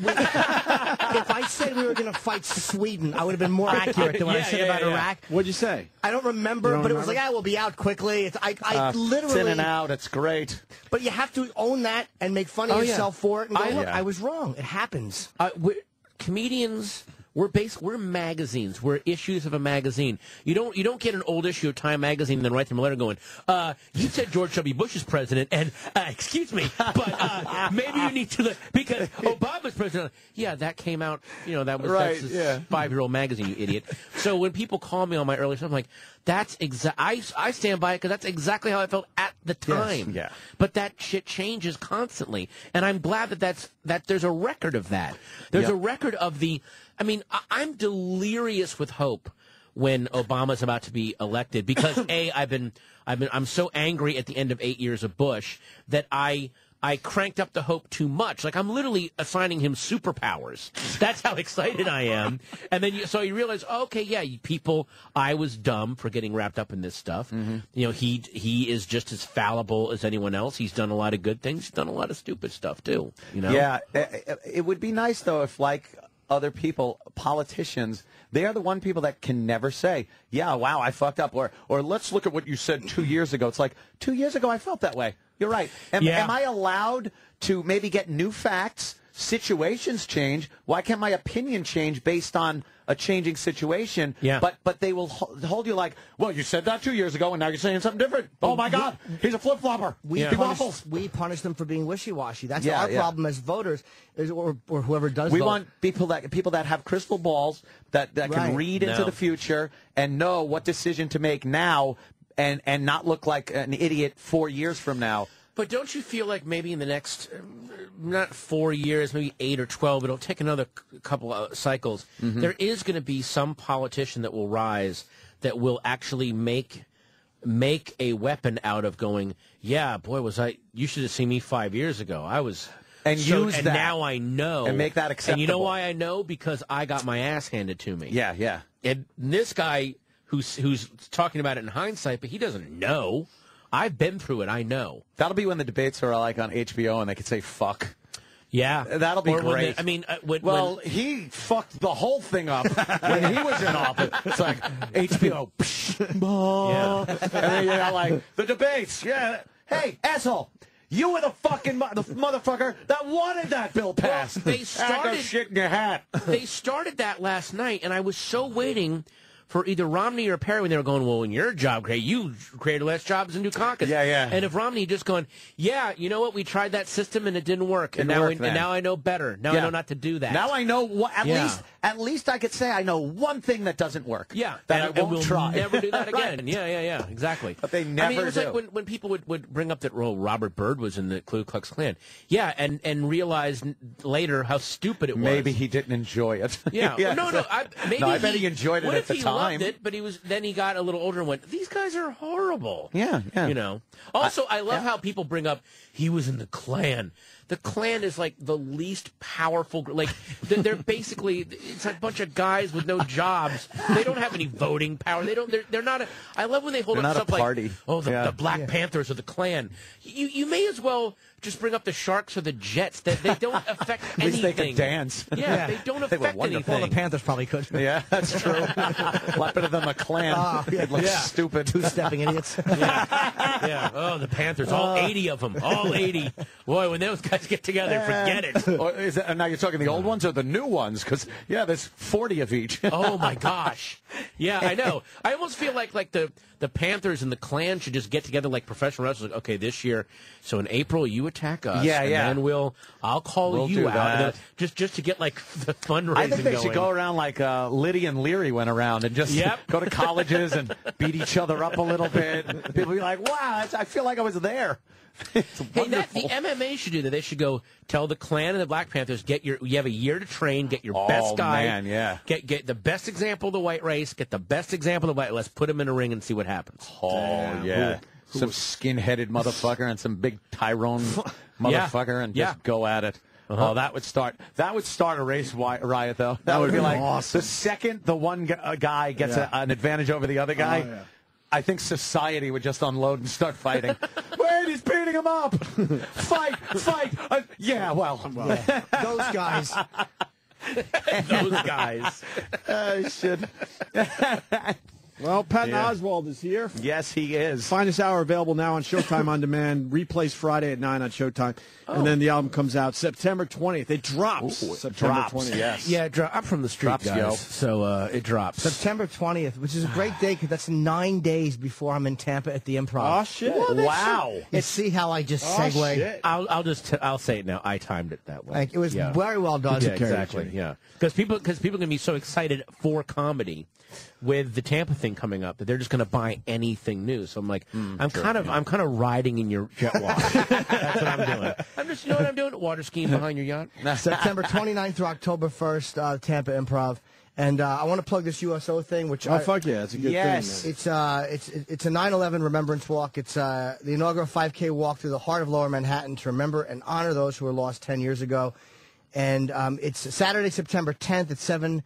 You can register on site. 7 p.m. 7 a.m. Oh, and it's at the Hudson River Park at Pier 46 between Charles Street and the West Side Highway. So it's obviously for a really good cause. Yes, it's a good cause. For the USO, which does a lot of great things for soldiers. Yeah. So if you you're worked around with the USO, didn't you? Yeah, I went with Colin to Iraq for the USO. How many people get killed?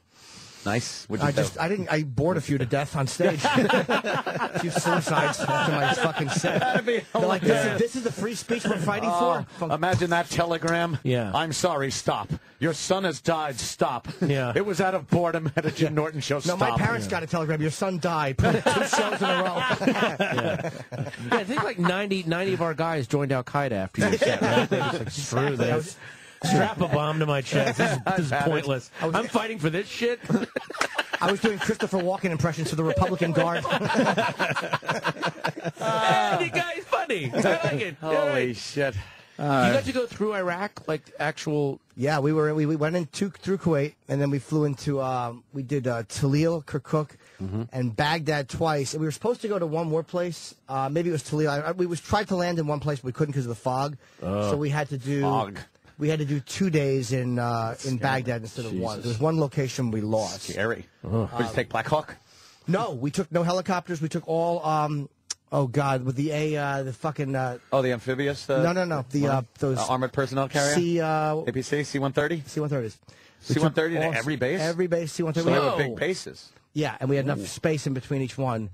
And there was one flight where we had to get diverted to another airport, and that's we hopped on Ricardo Sanchez's plane. No, this is in Iraq. Sorry, I thought you were over there. And we got to ride with him. He was running the all troops. So in Iraq, we got to ride with him. And was he clean or was he dirty?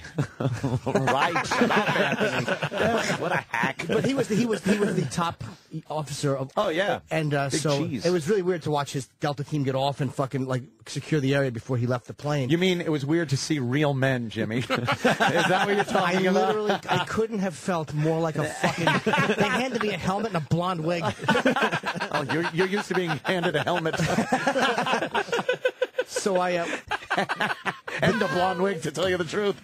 Daddy. The beauty of Colin is we were doing the show that night, and Ricardo Sanchez was in the audience. And Colin just goes right to the Mexican boxcar jokes. Oh, shit. I couldn't believe the balls on Colin. Colin to fucking do fucking hilarious. Mexican boxcar jokes to the fucking commanding officer in Iraq. He's right there. And the soldiers with people did enjoy with guns. With guns. It was great. Great trip. So, yeah, we saw a good piece of Iraq. Cool, man. Performed in his palaces. And that's very good of you, by the way. Fun. That is, no, I demanded money. I demanded money. I'm like, I don't take anything on the arm. Because you take it for granted, but that is dangerous. You put yourself in a tad bit of harm's way to bring some lofts. That's why Jesse Ventura annoyed me so much pulling out that military card. I'm not. He did. But we had an argument. I'm not as brave as those guys by far, but I did volunteer to go into a war zone. You fucking motherfucker! Cunt. And he probably was in a motor pool in Saigon the entire time. Probably the first chopper out in '74. That Are you motherfucker- saying Yeah. that I wasn't in the shit? Navy Anthony? SEAL. When you ask him what he did, though, he doesn't answer. No, he doesn't. Very Because vague. he was a frogman, but he calls it a Navy SEAL now because the frogmen were absorbed into They were the new UDTs, thing, which is right? called the Navy SEAL. So he says he was a Navy SEAL, which he never. And it could just be semantics, but bah. And I'd love to know what he did. I don't talk about my missions. What? Were you in I a- had to change a tire once for a corporal. It was unbelievable, the action. What happened? Where were you? Yeah. Saigon. Till when? Till the Chinks came. Then I left when Charlie came. Like, I know he wasn't in any He probably action. tried to eat a Jeep like Klinger. That's where he got his boa, trying to get a Section 8. Yeah, fucking his ass was the Ho Chi Minh Trail. His job was to clean the foreskin of Sophie the horse. Even though that was a woman. It's the proverbial piece of baklava, sir. I love how everyone on MASH had the most ridiculous vocabulary in the end. These giant words. Isn't he a high school dropout from Toledo? What? That is true, yes. Yeah. What's he saying proverbial for? Looking back on MASH, the humor doesn't work for me anymore at No. all. But I love a lot of the serious stuff they did. And we lost the MASH guy. Who? Who was it? It's in the paper. died? What? A guy who directed MASH. Yeah, behind the I scenes didn't guy. recognize his Oh. name. You didn't recognize his name? I like the ones my brother always points out. The best chunk, the best run on MASH, the best era is when BJ, before he grew the mustache, when Frank Burns was still there. Yes. Frank Burns still those there. and episodes BJ, are amazing and those are actually, a lot of them are really funny because those were the first where they would do episodes without plots. It was just, we're in the operating theater and there's nothing really overall happening. It's just a bunch of little events. Yeah, and we're they're just trying to kind get of through the day. drinking or playing poker or something, and then They're just they're trying in to the get OR. through the night, and it's so Yeah. oh, this is great. They're not setting up any goofy jokes. It's just real life. You know, it felt really cool. Fucking Frank, but they said that was one of the greatest regrets they had about MASH. That they didn't allow Larry Linville to develop as who he was, because he was a funny character, but they left him one level. And they could, and they could have added. And I always say, if MASH were made today, the top comedian, the star on the show, would fight to play Frank Burns and not Hawkeye, because now, if you notice, the best comedian characters, people like Larry Sanders and David Brent from The Office, they want to play the damaged assholes, and not the self-righteous guy that's a little more. Exactly. And if you made MASH now, like Will Ferrell would want to play Frank Burns and not Hawkeye. And who would be amazing at it because you could do great satire. Oh God! When do we get to the point where we can make war sitcoms again? Hogan's Heroes. It'll eventually. Hogan's Heroes always made me laugh because it's like, even as a kid, I didn't quite feel right about, hey, it's a sitcom and there's swastikas in it. Yeah. It was just the oddest thing. It's like canned laughter's going off and there's a picture of Hitler and they're fucking. Yeah. It's like, hey, that's a little odd. Who the fuck was in charge back then to allow that to happen? It's a sitcom about Nazis. It's a talent show being run by Oscar Schindler. It's a little odd. Who's in charge of the network? You know, the Nazis, all right, they made him look a little goofy and stuff. Well, wasn't it the guy that played Klink? Because I think he was Jewish. Yeah, he was Jewish, and I think some of his relatives died in the Holocaust. Werner Klemperer. And he said, "I'll take this role, but Klink can never win. He always has to lose." Yeah, he would be the goofy guy that he always has to be lost. the butt of the joke. Yeah. So. Oh, it would be great if they wrote an episode where he had to actually kill all of Hogan's heroes. And look, Amon Gert is doing the eyebrow raise. He's a card. All right. He's a card. Hogan, get your men, have them dig ditches. Dig a big long ditch in the woods, Hogan. She left her ring in the tub. Canned laughter. Oh, that red dress. That shouldn't be colorized. What a nut. Do a slide whistle every time Amon shoots out the window. The prop ricochet shot. Yeah. Oh, and then he's talking like, I feel like my bullets, it's like all like veiled erection jokes. I feel like my bullets are just going 2 inches and falling down. People are dying. It's horrific. Yeah. Oh, no, Are we having a barbecue today? Not exactly. They were always trying to rig the old ball bearing plant to blow up Hogan and his men. They'd have to go out the tree stump and come back. And again, as a kid, I didn't quite understand like what they were doing. I was like, if they're out of the camp, why don't they just fucking leave? Keep going. Yeah, I never understood heroics. Like, you're a kid, so it's like, not like you don't understand what a guy that would have a mission or something. It's like, hey, they're out. Why don't they just fucking leave? Yeah, let's go. Why is he going back? I just remember that theme of that show is a big part of my growing up because it just always seemed to be playing in the background. In the background on some TV with a drunk relative laughing at it. Going, God damn, why'd they lose? I wish we'd had Hogan when I was in the Ardennes forest. We could have used that son of a bitch. A tunnel into the doghouse. Ah! Look at that. It's lifting up, and the dog doesn't even care. Stupid Nazi dog. He likes him, see, because even the dog's pleasant. My wife doesn't fuck. Hogan's Heroes was a. Well, you know that we'll finally get over 9/11 as a nation when in 60 years they make a cheesy Pearl Harbor style romance. Titanic style movie about 9/11. About it, where it doesn't really matter the horror of it. It's more the romance. And well, there's a young stockbroker in the tower, and he's in love with a sandwich girl, and she's trying to work her way. So all that's happening in the backdrop of that morning, and then they're in the tower as it collapses and have to proclaim their love. Like, you know that's coming. Yeah. You know that's maybe not soon, but that will happen. Enough time goes by, and we've always talked about this. I was. And people took this for granted. It's like you watch a party going on or a little fair, and kids are sliding down this ship that looks like it's halfway into the lawn, and it's a water slide. I know, I've seen it, and it's the Titanic ride. I know. And it's like they made a ride out of a shipwreck where thousands died in frigid waters. Yeah. And the most horrific death. And then enough time went by where it was an inflatable ride that children, and then bouncing off the smokestack and, this is fun. There's salt and pepper shakers you can get. It's the Titanic sinking. Titanic sinking. It's the thing sticking up. Yeah, I'm so not kidding. When will the World Trade Center be like a ride where maybe even a bigger one at MGM? Oh, like that Twilight Tower of Terror. Yeah. Oh, my God. Something like that, where it's like, whoa, hey, the World Trade Center ride. Look out, people. If you told people in 41 that, this Pearl Harbor thing, this is going to be a really cheesy romantic movie. Bad movie. What? Yeah. Oh, yeah. With a young people, and she's a nurse, and he's a pilot, and they're kind of in love on the island. This is horrible. This is I know people, they just died. No, just give it some time. People will be cool with it. Yeah, they'll be cool. They won't? No, they will. They really will. Don't worry about it. Yeah.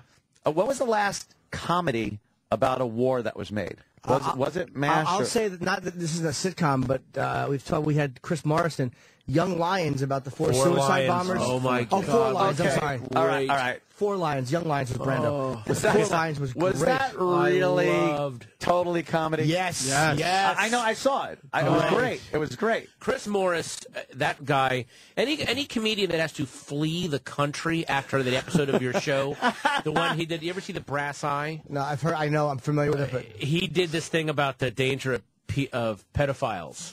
It's a fake news show. So then they but it's more about the hysteria about pedophilia. It's not actually about, because at the time in England, people were going nuts that they burned down a pediatrician's house. They didn't understand the difference between, that's Jesus how crazy it got. Christ. Okay, so at one point, bad. he was doing this hidden report, and it's just a picture of a school. He goes, this clever pedophile has disguised himself as a school. and then he had to leave England. People were calling for his head. Wow. And, of course, the point he was making about all the news program hysteria, then they did all these shows about how awful his show was and totally proved his point. Yeah, but he was the news for a month. Well, we were doing that with news teases about how does a pedophile live next door to you? And no, and then it's like no. It does. The report comes on and goes, well, unless you live here. Oh, yeah. If not, no. Oh, they'll do that with minor stuff. no pun intended.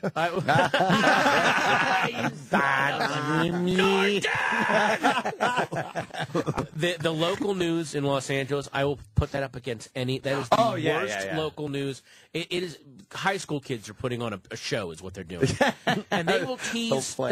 I remember back in the day, The X-Files, is it going to be canceled? Tune in at 11. I like What? that show. Tune in. Nope, it's been renewed. They're renewed. You can't tease a story that doesn't exist. But they would do it constantly, and here they would do more dangerous shit. Like they would tease shit that is like, "Is your water killing you?" and just leave it at that. And you're like, "All right, is it?" Yeah. Now I gotta wait. If Then it they go, was, nah. wouldn't you want to get the word out before people start drinking some more How about water? the emergency broadcast system if the water's poisoned? Yeah. If the Joker just threw something in the reservoir, why do you break into Dancing with the Stars and tell us? Shit. Wait till 11. We do have a bunch of those. You want to do this or what? Yeah, I would love to hear some. All right, We for every so often we haven't play done these this in a while. They're Oh, nice. They're real news teasers. This is the Hall of Fame. We've been we go. collecting these Oh, the forever, Hall of Fame. and this is the Hall of Fame. These are the love best of the these. best The news best of the teasers. best. I love them. Just for you, Patton. First, this one. One city wants to pack all their sex offenders into a 3-block area. Problem is, it could be right next to your house. Now, come on. Look, what kind of panicky Pete fucking alarmist shit is that? This news story is for Right one next to guy your out. house. Are your relatives going to be sending your Christmas cards to Rape Street? Yeah. Tune in at 11. Could you imagine 3-block radius? It's all pedophiles. You're the only house with kids, and you're not a pedophile. Yeah. And you're like, wow, the news was right. There's a candy store every 5 feet. I know. Yes. I will say, if they did do that, and I was a little kid, I would know where to go get the candy. Of course, I right know there. where to go Just get treats. run, though. Absolutely. Although, if that existed and you were a little kid and you walked through and no one bugged you, you'd be like, oh, I really am not I good suck. looking. Oh, this is terrible. Come on, guys. Like, that'd become a Help me little out. kid thing. Like, I walked through Pedo Town and no one knew what that. Little self-esteem for me Yeah, here, please. Really, at least hit on it. Help me out here, Henry. Here's the next one. I'm I'm trying get to this old bang guy this down. old man. Yeah, I do a lot of favors for you there, Henry. Come on. Here's the next one. How a twist on the predator law could shut down religion. How a twist Shut on the down predator religion. law can shut down religion. Religion. Because religion is like water parks. You just Right. shut them down. You shut them down. Sometimes Yeah. you got to. Shut down religion. I hear over. You know what? It didn't get so bad, so all they did was close at dusk. Yeah. But they reopened in the morning. Oh, my God. That is the most alarmist shit. Wow. This is the Hall of Fame. Yeah, It's great. this one made the Hall of Fame too. Could frequent hiccups be a sign of cancer? Watch News 8 at 10. How about just giving us a yes or no? And you're like, and then you're hiccuping, just thinking, holy shit, this sucks. Instead of can it, how about just saying No. frequent hiccups is not a sign of cancer? Yes. That's why the media deserves no more fucking freedom than comedies get. But somebody, Yeah. I bet somebody that Yeah. has frequent hiccups does have cancer. But 99% of frequent hiccuping has nothing to do And with if they it. don't, they should. Yeah. They're annoying everybody with their They're hiccuping. It's like, will you What's that? find a lump Stop it. somewhere already? Oh, shit. Fucking So buzz off. funny. Here's the next one. Are you normal? Thursday at 11 on News 8. That What? wasn't cut. Are you normal? Thursday at 11. Oh, I got to wait till Thursday. Holy shit! While I hack this hooker up, I hope I'm normal. The problem solvers have uncovered sexual predators sent to live in our nursing homes. Do you really know who's living down the hall? Could this happen to your mother? Ah, shit! Oh, look out! That sounds like an the SNL old- bit. The old broad's It getting really- a deep dick yeah. in Kentucky Fried Movie or something. Yeah, that doesn't does. sound real. Big Jim Slade. Yeah. Here's the next one. Could your house be making you fat? Tomorrow, CBS 2 News at 5. Right. Let her rip. If the walls are made of ham, sure. Oh, my God. They're just, these are guys, they're just sitting in the newsroom. Just, what's the scary phrase? Say something. Yeah, say something. We'll just choose that. Let me think. Murder. All right, good, yeah. Do bees buzzing? Does it mean murder? Oh, yes. Something. Could buzzing bees make you murder? Yeah. Oh, that's perfect. good. All Go right. with it. Where's the graphic That's our tease for Take today. a victory lap there, That's Lenny. our tease today. High five. And the ingredients in shampoo that can make a boy develop breasts tonight at 10. What? I wish they would tell me what that was. I'd slip it into Sam's shampoo and then feel him up when he came to work. Black people, can they walk through walls when it rains? Tune in at 11 to find out. I hope not. Jesus, it's raining. My alarm isn't on. God. And one more in the Hall of Fame. Here we go. Sex offenders may be in your house at 11. Now that's scary. really They is. really went all out. Yes! They really went all out on that one. Unless you're a sex offender, then that story holds no interest for you. Yeah. Yeah, I know that. It's like it is. I am. You're beating off to kiddie porn. And yeah, you're right. It should say sex offenders or federal agents could be in your house, which will get everybody to watch. Yeah, or send people to like just tap on the walls. Hello, I got some boy ass out here. Hello. It's a new Wes Craven movie. The pedophiles under the stairs. Oh, shit. I got to piss desperately. all right, well, and Nick coming up- Swardson is here, too. Coming He's up on the top of the hour, we might as well take a break. Yeah. I do want to say this. We should bring that bit back. If you find I a do news love tease that, out yeah. there, Yes. please send it into the show. Please. Those fucking are really old for fantastic. most of the listeners. They've heard those. But you know what? Too many times. I've heard him every time they've heard him, and I still love hearing him. Yeah, but let's get some new ones. So if you hear a good one, send it in, please. We'll promote your Twitter account. That should be hilarious. Patton Oswalt just killing for us today. Like Jimmy said, Nick Swardson is going to join the program. Yay. And I got word that Kevin Smith wants to call and just say hi today. What? I finally saw Red State. Loved I it, did right? too. I fucking hated loved it. Hate it. Like worst movie I ever saw. I was only kidding. No, it was fantastic. And fucking Michael Parks. Yeah, Michael Parks. Why is this motherfucker not being used? Unbelievable in that movie. Why did he go from unbelievable? Then came Bronson, and then 40 years later, Quentin picks him up. Yeah, and now well, where was he? Same thing happened to Robert. What's his name? Culp? No, the guy from Medium. De Niro. The guy from Medium Cool that was in Jackie Brown. Oh, Yes. Robert Forster. Yes, Robert Forster. Yeah, that was always great. Yeah. Why did he vanish?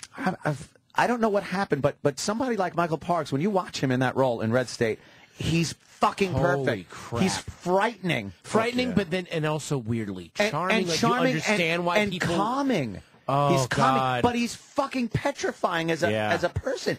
He is an amazing actor, that motherfucker. It's amazing. Yeah, and a great amazing. movie. Red State a great is movie. great. One of Kevin's best ever. We'll talk to Kevin Smith about it as well. Stay there. And now, 88 seconds of former Minnesota governor, professional wrestler, and Navy SEAL Jesse Ventura talking crazy. And go. Were they testing out HARP, and it created this tsunami that later killed hundreds and thousands of people? They have such power. Our president goes to it, and our president has to sign a no-talk thing. And the real guy is this character called Maurice Strong. That's the big point. What if it is? No. It shows how they could shoot these things down to masses of people and literally affect your emotions with them. They can cause you anxiety. They can cause you fear. And that was on the night that Jesus Christ supposedly rose from the dead. Both. Yep. With this satellite, if they want to, they can follow you and know right where you're at. It's eye-opening. I don't do computers. I'm computer illiterate, happily. Probably. But trust me, I can do you in and not think twice about it. Oswald couldn't make the shots. You know that as well as I do. This thing's set up on the same frequency as the human brain. Do you think that's by happenstance or by design? Why would everything have to be locked up in national security for 50 years? That's because you're not seeing the real medical evidence. Could that be part of it, that they're heating up the ionosphere up there by using this thing? Ford changed where the bullet hit. They put him in the MRI and the machine went ballistic. You know why? 5 chips in his body. Oh, yeah.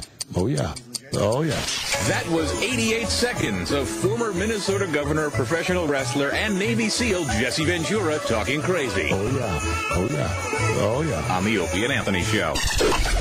Sirius XM. This is the Opie and Anthony Show.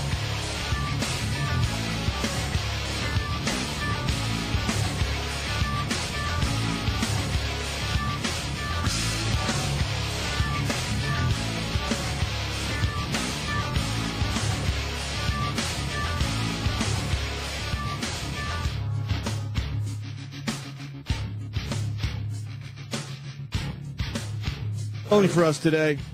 Having a lot of fun, and now we. I was naked. He was naked. Maybe I'm gay. Oh, it all depends on who had on the dog collar at the time.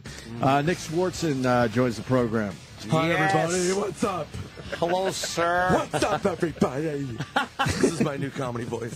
That's a great. What's up, everybody? Yeah. That's a great voice. Yeah, it's not bad. Bucky Larson, Born to be a Star, in theaters Friday. Yep. This Friday. This Friday, Nick That's Swardson tomorrow. and Bucky Larson. Boy, that's going to be terrible. My new album comes out on September 20th. That's a Tuesday. Make sure to pick up Finest Film. Make sure to pick up fun. What is Bucky Larson going to be about there, Nick? It's about a really nice, sweet kid from Iowa who gets fired from his job. His friends decide to cheer him up with a porno, and he recognizes that his parents are the stars of the porno from back in the 70s. He didn't know they actually did that. Oh, from back in the 70s. Yeah, so he's like, holy fuck, those are my parents. Bushes and stuff like that. Yeah. And they're 70s like Earth really- Mama Muffs. And they're really nice Midwest parents. Like, you meet them at the beginning of the movie, and then you see them in this porno, and they're still, like, have that nice Midwest mentality. And they only made pornos with each other. So, like, they show them, like, a box of, like, all these pornos. And my favorite line is one of my favorites. They go, we were going to tell you on your 50th birthday. And so he decides, instead of being horrified, he decides that's his calling, and he goes off and becomes this fucking porn star, but he's got buck teeth and a bowl cut and a small Yeah, you dick. look really odd in it. I saw some of the trailers for it, and Yeah. man, you got like the big, large-size chiclet front Yeah. teeth, Yeah. and then a kind of a Prince Valiant bowl haircut thing going on. Yeah, no, we wanted to make the guy look as stupid as possible. He just Mission accomplished. Yeah. The antithesis of porno. So, you know, we definitely accomplished that. Did you have to do any nude scenes there with some? Yeah, I had the beautiful weird girls? experience of my character has this tiny penis, and I actually had to go to Your character. The character. Pat. They CGI that in. Right? Look, you can see right now that it's a character. Yeah. No, I had to go to a prosthetic place, and they had to make a penis, and they had to make a mold of my penis. So I had to have two guys put putty all over my dick and crotch How much and that run you? ass. How much that run you? 2 high fives. So wait a minute. You had two guys put putty in it. So you had that's called a Jim Norton Tuesday night. Is that what that's called? Not two guys though, just a married couple. So. Oh, okay. A gay married couple. Gay married couple. Yeah, guy and a girl. She's forcing us to do things. Well, the dominatrix says it, so he's going to put it on my dick and tug it until I make comes. So be it. They made you. Absolutely. Oh, for the love of God. That's a nice cozy word. So they made you like tuck. I guess what they tuck and then cover with No, there was no. They should have. I think I got scammed because there was no talk. Like, I mean, I have a feeling they didn't have to at least let me shove it in my own asshole. No, it was just out, and so they like puttied it up and fucking and then it dried and they took it off, and then when we started shooting, they came back and then glued it back on my penis. So I had a small penis glued onto my own penis, and it was Isn't that fucking impossible? It was what? No, Isn't that impossible? It must be over the pubis. Yeah. Yeah, it was like I'm just trying to imagine how they would do that. they glued a mound over my penis. So it was Okay, like, see, and then a little penis under it. yeah, and then they like topped it off with a little penis. This Hollywood magic. That's We're old talking school. to Nick Swardson on Inside the Actors Studio. We're talking, Back in a moment to get his thoughts we're on talking about my new Stanislavski. movie with Meryl Streep. Well, you got a pretty great cast. You got Christina Ricci's in it, Don Johnson. Stephen Dorff, Kevin Nealon. That's the thing about this movie is that the commercials, you know, look retarded, and like the trailer, it like, you know, we're trying. It's a rated R movie and it's a hard R. It was NC-17, and you know we have to cut these PG commercials and these PG trailers. Yeah. So like we can't show any of the, you know, like the craziness of it, but. You know, the movie is fucking great, and I wouldn't jock it if it weren't, but it really is funny, man. And like, you know, we got this great cast because, you know, the characters are great. There's so many crazy one-liners. I mean, it's fucking nuts. Who play your parents? Oh my God, Ed Herman. Oh, no kidding. Yeah, and Miriam Flynn. Miriam was the Randy Quaid's wife in Vacation. Yep. Yep. And and they're fucking amazing. Oh, wow. Ed Herman's played like a president in movies like 10 times. He played like, didn't he play like FDR? Yeah. And he's like, plays these historical figures. He's like a real actor's actor. Oh, yeah, right? IMDb him. Do it on your He's phone. been, he's been in Coen Brothers movies. Yeah, he's amazing. He was also the lead vampire in The Lost Boys. That's I correct. don't know if you remember that. But Wasn't he Corey Haim's dad or something? He was that's good. It's good. Because he's dating Diane Wiest, and you think that he's his square, and you think that the head vampire is Kiefer Sutherland, and then they kill Kiefer, and then the other guy hasn't turned back yet, so you go, who's the head vampire? And it turns out to be Ed Herman. Then you didn't know he was the vampire the whole time. Oh, yeah, I know who he is. Did he play Van Helsing? Huh? I didn't mean to wreck the entire show. It's just a question. Wasn't there a Van Helsing character in Lost Boys or no? No. Okay. No, Lost Boys was Kiefer Sutherland. Yeah. No, but what was the character's name of the older guy? Max something. Faggotron 2000. Is that right? Edward Herman's character's name is Max something. And then there's their old grandpa, but he's not like a Van Helsing. You know who the Van Helsing in the Lost Boys is? Corey Feldman. Really? He's the vampire hunter. Him and his brother Edgar and Alan, the Frog Brothers. Everyone knows that guy. Yeah. Everyone knows that guy. God damn it. it. He's been in so many movies. Let me see a picture of him, man. Right here. All That right. guy. This guy right here. That guy. Check him out. Check him out. You know You've him, seen right, in Norton? everything. That guy. That guy. Oh, yeah. Oh, yeah. He's been. Oh, my God. Yeah. I just said, oh, yeah. I think I recognize him. No, you do. He's the one of the I'm in guys. everything. You do. J.T. Walsh was like that. You remember J.T. Walsh? J.T. Walsh, yeah. One of those guys who J.T. nobody knew his Walsh. name, but it was like, that guy again. He's He doing was everything. great. I knew J.T. Ed Walsh. Herman was in the Houston 500, the porno.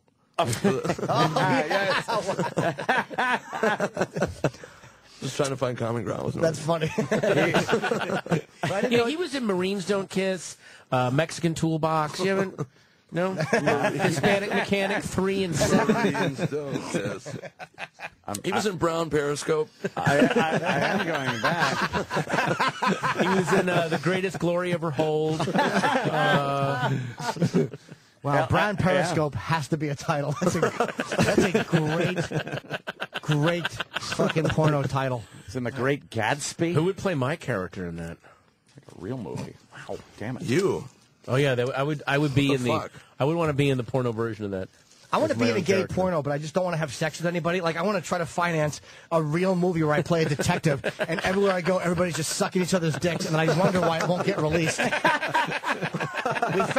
We found blood in the study, and the guy's like sucking his friend's dick. Oh, I didn't do it. I was working. People go like, why are you doing that? You're hurting your chances of getting that release. Fantastic.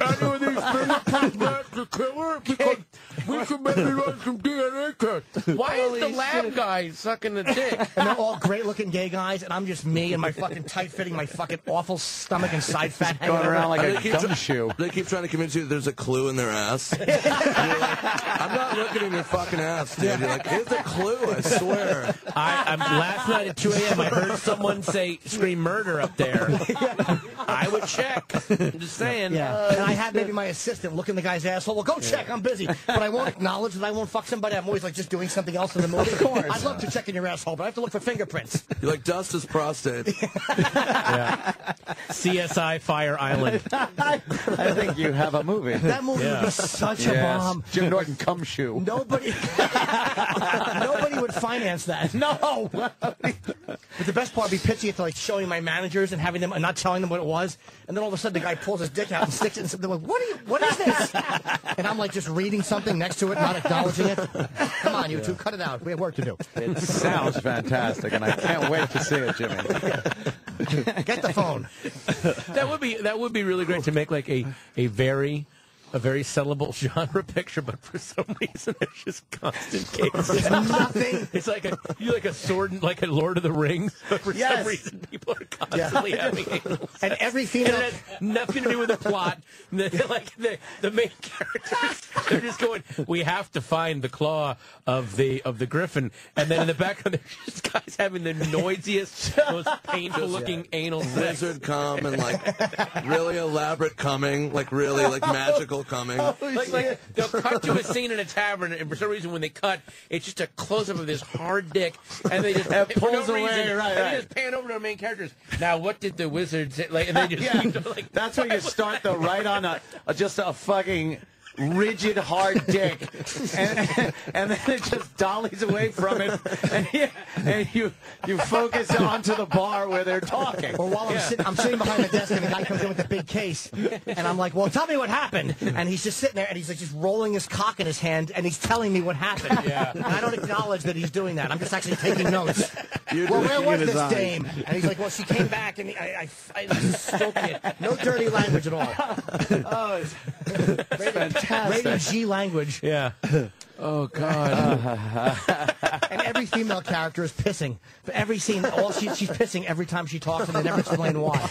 Every interaction with a woman. Well, it's the lack of explanation that makes it fantastic. That's the best. Yeah, she's squatting over a bedpan, pissing, saying, I have an idea. This is one of the most amazing depictions of the Cuban Missile Crisis. Why is there constant golden showers going? Like, was that a part of it? I mean, you got the Kennedys down, all the tension, but and you cut away to gay sex, and it has nothing to do with the. I don't understand. Jack and Bobby talking in the Oval Office, and just on a fucking chair, just like blurry because the depth of field is so great that it's very blurry. You just see a head bouncing up and down on a hard cock. And a guy who what are we gonna do about this, Bobby? A guy who looks like Lyndon Johnson from a distance is being blown by somebody really young. Khrushchev and Kennedy are talking through a glory hole for no reason. Well, then your manager goes, you got these blurry guys in the background having this horrible anal sex. They go, give me 24 hours. Can we cut it? Now suddenly they're in the foreground in sharp focus, and the Kennedys are blurring the American. We've got to tell Castro. Like, no, you idiot. What are you saying? Holy shit. We're going to blockade and crystal clear anal sex. It's all double entendre. Like you show a TV with Kennedy going, and if those missiles, but in the foreground is a guy's big hard cock being jerked off by somebody else. I love the Here's the glory pictures hole. the U-2 spy plane took.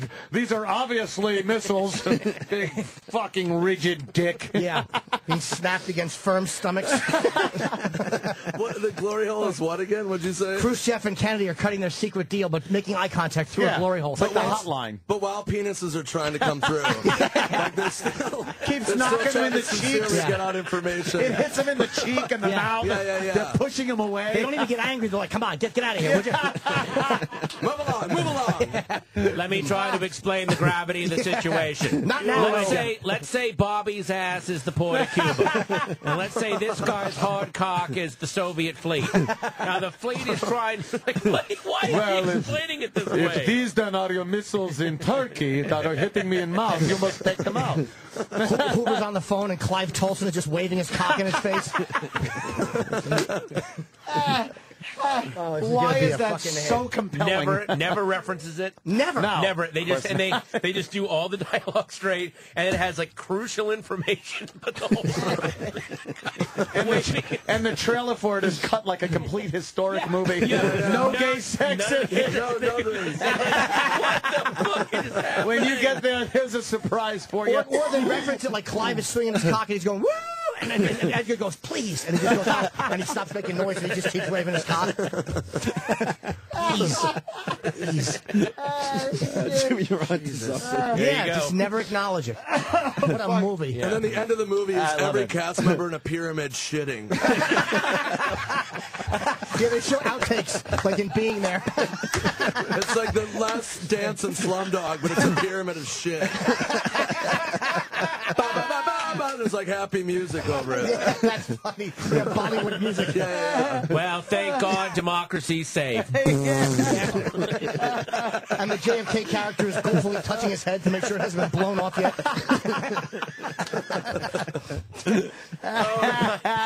Oh, fuck.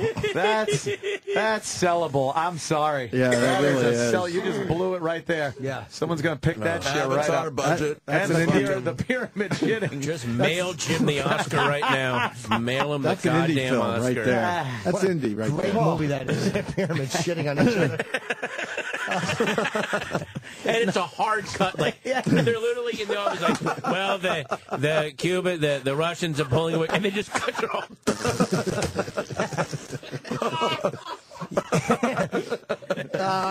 But and then freeze frame credits any way you want it, the way you need it. You go to Brady Bunch Squares, but of all their assholes, just and for no reason, N.B. Davis is sitting in the middle. Well, when you do the cats at the end, you like they show each person's in their face. You just show their, with Kevin Costner, just turns white. And William Devane's ass as Jack Kennedy.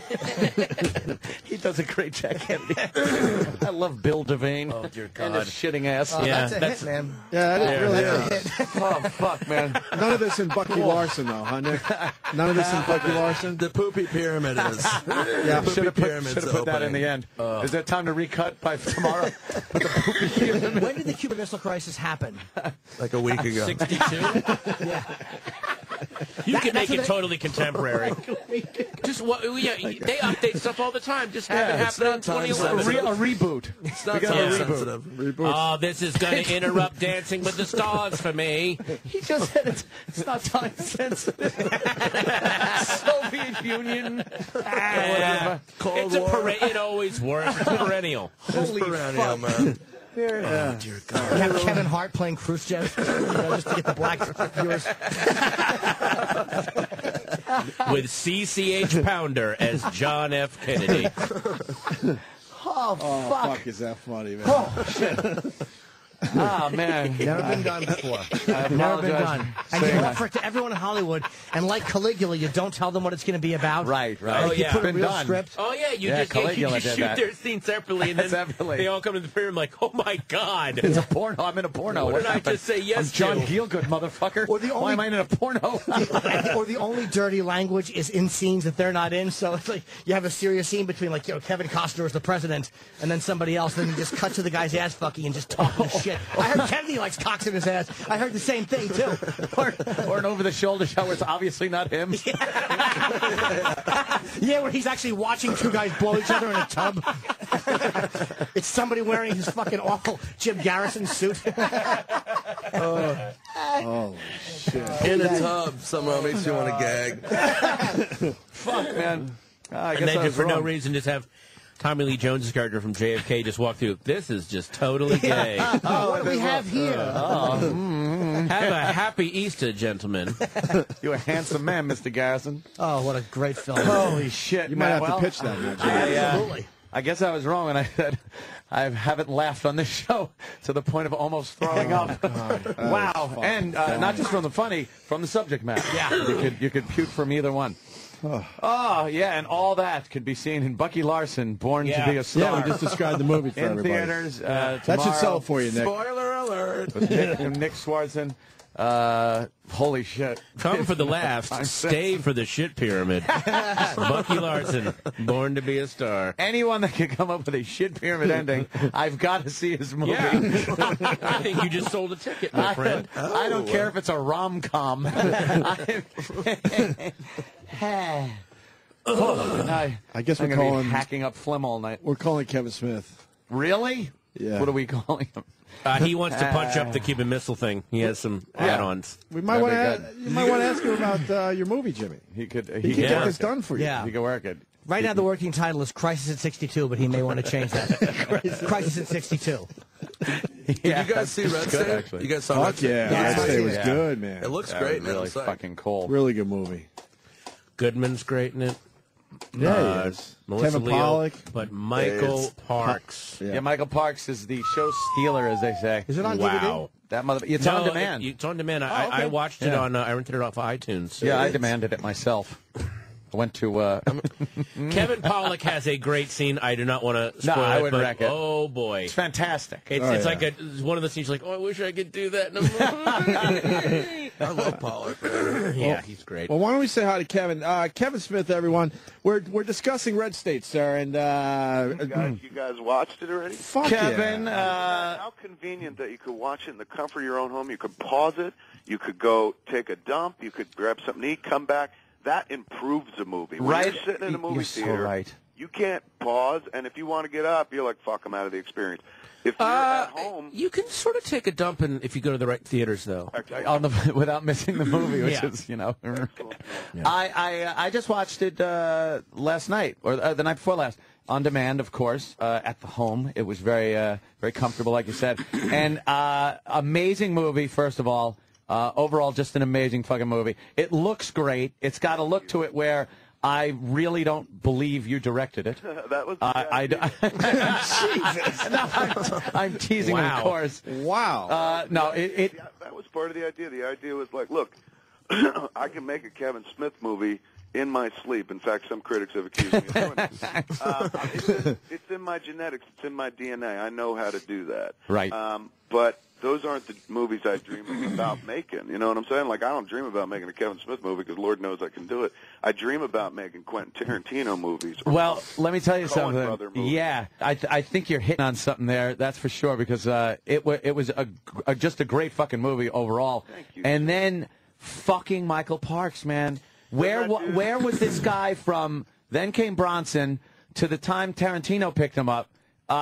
What was it? What was he in Japan doing commercials? No, he was. He had a kind of run-in, I guess, with the industry, with the guy that ran Universal back. He must have really fucked up because he's an amazing actor in this. We were just. You know what he is, dude? He's the absolute truth. And as much as he believes in the craft, he's like one of them Brando types, but probably wouldn't have even done half the work Brando did. He just like he's all acting. Dude, we were talking about his character in Red State, and he's all at the same time fucking frightening and charming and like soothing. But that's how that's how hatred works. Hate speakers work like that. Oh, I know. I see it in the mirror every day. Believe me. Jesus, I'm a horrible person. Country behind him simply by being a silver-tongued devil, and that's what our Aben Cooper is. Like, he presents like your grandfather or a favorite uncle, and then when he starts speaking, it's all hate speak. You wouldn't mind him babysitting your kids. I'm not saying that in a funny way. You would just tell him he's nice so little charming with stories the kids. and- Yeah, like.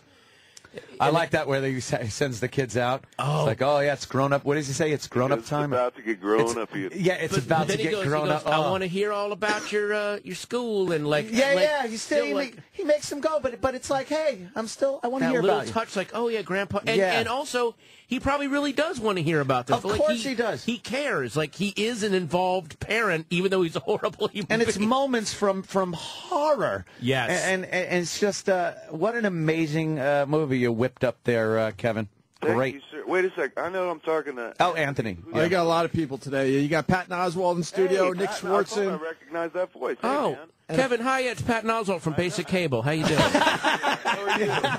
I'm good. Hey, listen, when you were shooting the scenes with Michael Parks, just as for you as a director, were you having to stop yourself from like jumping up and just giving high fives? Like, did you know what you had when you were shooting that? You must have been going, "Oh my God, this is gonna be." Look, I knew what we had before we shot it. That's why I could make a movie like Cop Out, because I'm like, I got Red State in my back pocket. It doesn't matter what y'all say about this, because I'm going to come back with the thunder.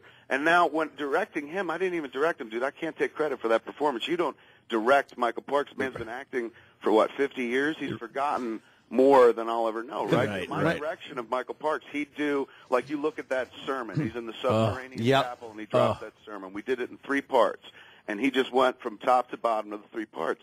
When we were done with the first of the 3 parts, I said, cut. I walked over to him, and I was like, oh, my God. And I just walked away. That was my direction. oh, my God. He had the script for about 2 months, and he kind of worked on it by himself. He figured out his choreography at home. Oh my God! So much so that when he showed up on the set, he laid it out like a dance floor, like with little steps on the floor to show us where he'd be at every particular moment. The dude was absolute truth. If you hate Red State. You can't hate that dude's performance. No, Even it's people that are amazing. like, Yeah. I hate Kevin Smith with the fire of 1,000 suns. Even those cats are like, this dude Michael Parks is brilliant in that movie. It is one of those things where, that's right, even if someone doesn't like the movie, no one can go, and Michael Parks sucked. No, Yeah, or John Goodman or Melissa And Litt. Goodman was great, yeah. Oh, Goodman was phenomenal. unbelievable.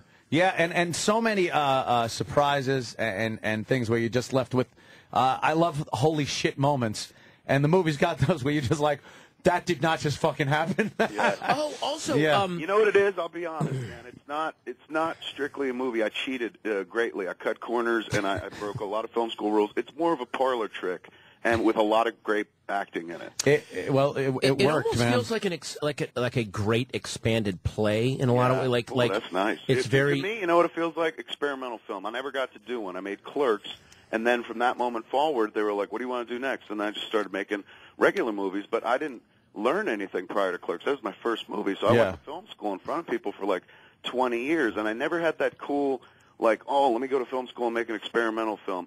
Somebody described it. They saw Red State, and they were like, this is like an experimental film as if made by the teacher instead of the student. I like that very much. It's good, man. Honestly, like it hands down the best film I ever made. You won't see a better performance this year than you'll see from Michael Parks or John Goodman. Even the kids, but Carrie Bechet, that chick, like there's babies in the attic. Oh yeah, she was great. She was fucking really good, man. Phenomenal. And then Affleck, he's making this movie now. He's making an Oscar bait movie called Argo for Warner Brothers. It's about dudes when the Americans were hostages in Iran. There was a film crew that tried to get them out. It's a really interesting story. Oh wow! So wait a minute. That's it the was one in Wired, I think. They covered it. It was an article and turned into a book, and now it's a flick. But he went through it, and he asked me to borrow a print of the flick. He'd never seen our flick. He was like, can I borrow a copy? I said, all I got, we didn't make DVDs. All I have is a print. And he goes, all right, I borrowed a print. He borrows the print, and then I never heard from him. Dude never called me back, never said anything. I thought he was just like, this blows. And, that was that. And then I read in Variety, he cast John Goodman, and then he cast Carrie Bechet, and then he cast Michael Parks. So I said to his producer, I was like, what's up, man? This prick don't want to call me back or what? And then Ben emails me the next day, and he's just like, I thought you'd already gotten my message, but if you can't tell, based on the fact that I've cast half your I like your movie. Hey, Kevin, you got to explain the marketing to Red State, because a lot of people confuse that it's not just coming out as a regular movie in all the theaters. Well, nothing about the movie's been conventional, Sure. So we just keep altering it. That's what's made it kind of fun for me and profitable. Like, basically, by staying away from all that traditional nonsense or marketing commercials, spending money on blah, blah, blah. We were in profit long before we started showing in theaters. So the movie right now is on, I took it around, remember, 15 cities back in March. We toured it that way, like a rolling road show. Then we came out on VOD last week, so everyone can literally watch it in their homes. Now, September 25th, we go to theaters. There's one theater that I'm based out of in L.A., Quentin Tarantino's New Beverly, where we'll do the movie there, show it there, and I'll Q&A there. But that is going to be streamed into 50 theaters across the country. So even if you can go to New Jersey, sit down, watch the flick, and it's streamed into you. Then after the movie, the Q&A is streamed to you. I'm sitting there Q&A, and you can interact with me. And then we do a Hollywood Babylon podcast at the end. So for me, it just doesn't make sense anymore. Like, I know how I watch movies. I got my laptop open. I got a movie in the left-hand corner. I got my Twitter on the right. I got my iChat with my wife in the middle, and I'm answering an email over here. And it's unfair of me to be like, hey, you, everybody out there, put your shit down and come to my movie and look at it. And I'm not even going to be there, but you do.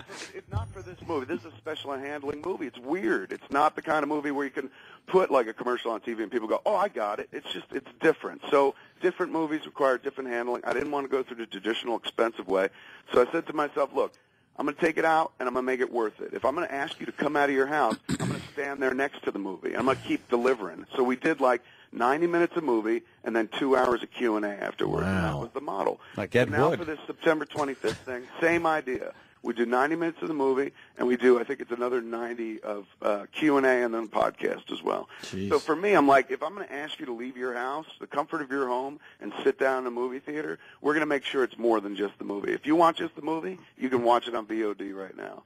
So for me, it's about making it interesting. I love standing next to the movie. I'm proud of it. It's the first thing I've done in years where I'm like, fuck yeah, man, this is mine. Say something, bitch. I'll punch anyone in the face. Don't like it. So I'm happy to attend screenings with it. Every public screening exhibition of the movie while we're on the road, I was at. Like, I thought during the flick I'd go out back, smoke, or go on a bus, smoke weed while the movie was playing. But I never left. I sat there with the audience, and I'd tweet cheering it. I love the movie. It's gross how much I love the movie.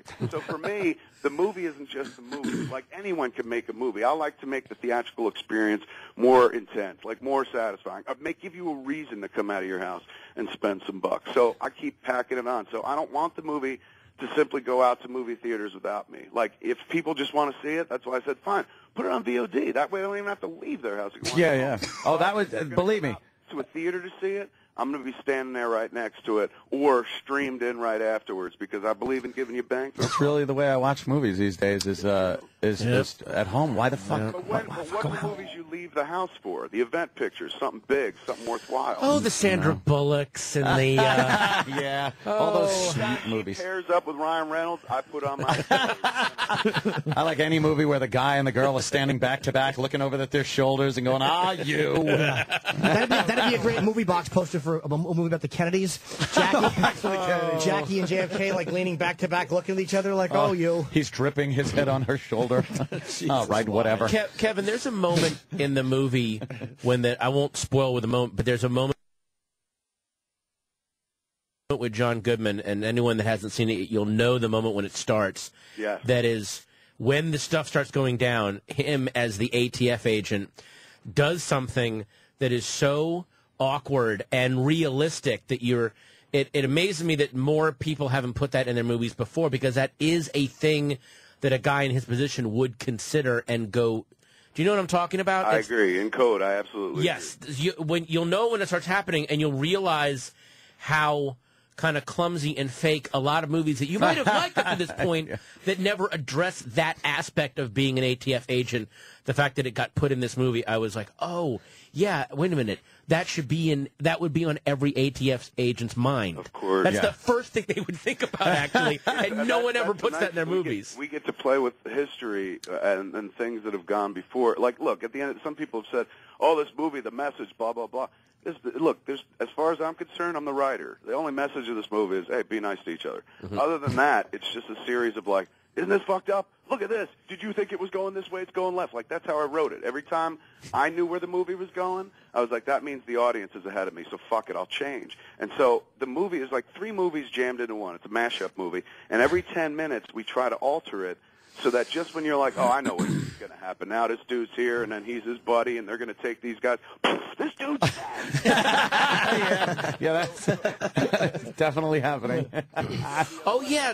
And the whole thing is designed to keep you off balance. It's to keep you just never let you get comfortable. As an audience member, the moment I'm ahead of the movie, I get comfortable. I think about other things. So I figured if I can just stay ahead of the audience every step of the way by throwing out lefts and rights and rope-a-doping them. For example, this doesn't spoil much, but at one point in the movie, you see the time writ large on the screen. Mm-hmm. The actual time of, like, I think it's 4:47, means nothing. Yeah. It has nothing to do with anything. But when it happens, you're like, oh, everybody remember that. It's very important because they wrote it big on the screen. It's like, no. But no, it never comes back. It's not used before. Mental patient. It's made to, thrown in there to get you off kilter so that we can throw a right without you seeing it coming. It's a rope-a-dope movie. You do a lot of stuff like, there's a very famous moment at the end of To Live and Die in L.A. that anyone in this movie was like, wait, what? Mm-hmm. But that happens every 10 minutes in Red State. We're like, wait, so yeah. I thought, oh, so that's not, oh, God, what, who is, there is that, there is no comfortable rut. There isn't, like, is this going to be an action movie? Well, sort of, but then, oh, whoa. Yeah, we keep calling it a horror movie. That's because, and I stand by it because I'm like, look, everything that happens in the movie is horrifying. It was directed that way. Like you, first of all, like I said, I didn't believe it was you directing it because it's one of those movies. It's like nothing you've done before as far as directing goes because there are shots where it's very claustrophobic, and then other shots where it's you're almost moving in your seat trying to look what's around the corner before you got the camera there. Oh, that's awesome. Like it was that kind of directing, and then that odd camera on the person's face as they're running through, which gives it that really strange someone's fucking chasing me look. And this is something, like I said, never seen from you before. Were you just sitting on it for fucking 20 years, or some folks have been asking, but honestly, think about every movie I've made prior to this. Mm-hmm. None of this style wouldn't have matched. There's no movie I've made obviously, that really requires a visceral, kinetic visual style. I made movies where stoners sat there and talked to each other. And like I remember which one was that? People were like, "Oh, you got to move the camera." So on Clerks 2, at one point, Dante and Randall are outside having a conversation, and I'm doing a 360 with a camera around them. And I remember going, "This is ridiculous. Why am I? This is so stupid." Just because like a bunch of critics are like, "Move the camera," I move the camera, and it's unmotivated. It makes no sense. It takes you out of the scene because you're like, "Wow, that camera guy didn't trip once." I never felt like, oh, let's put on the style. There was no need. Plus, to be honest, for the first 10 years, I was learning my craft. Like, you know, Clerks, like, got me in the door, but I had to go to film school in front of people. So with this movie, I always knew, like, you know, this is going back 5 years ago. I said, hey, I'm going to write this movie, Red State. And that was the movie where I was like, look, with this one, I'll show them that I could do one or two things. People love to reduce you, stick you into a little box. Even if you accomplish something that billions of people can't, the moment you accomplish it, they're like, well, you only do that. For years, what's next? You do Jane, Silent Bob movies, that's it. And it's like, okay, I do, and I love Jane, Silent Bob movies, but, bitch, I could do a lot more, and here's one, pa-pow. And you give it to them right before you're leaving. Like, I'm on my way out. Hit somebody. The next movie is the last movie I want to make. So I also felt like on my way out of directing, I might as well show them, like, yeah, I mean, I guess I could have made a bunch of cool movies if I wanted, but all I wanted to do was make View Askew movies. Like, I loved connecting those. And now you're going to do Paul Masson wine commercials. That's right. I'm going to sell wine. I'm like, he doesn't say anything. Wine, though, dude. I'm in L.A., so it's going to be weed. And it's going to be like, we will serve no weed before it's done. Kevin, I got to say, in Red State, and I was a little leery, but the Jay and Silent Bob cameo works. It did not take me out of the movie. In there. It was weird. It didn't take me out of the movie at all. But there is, to be fair, they're not in the movie, but they are in the movie. You know what I'm talking about. At the end, there's a reference to Kids Over the Hill. Uh-huh. That's them. No. By the way, did this movie come out of any of the weirdness you went through when you did Dogma? No, not really, because they're not, like, Catholic weirdness is not like Christian fundamentalist weirdness. Oh, okay. Catholic weirdness is very judgmental, and how dare you? Jesus would be ashamed.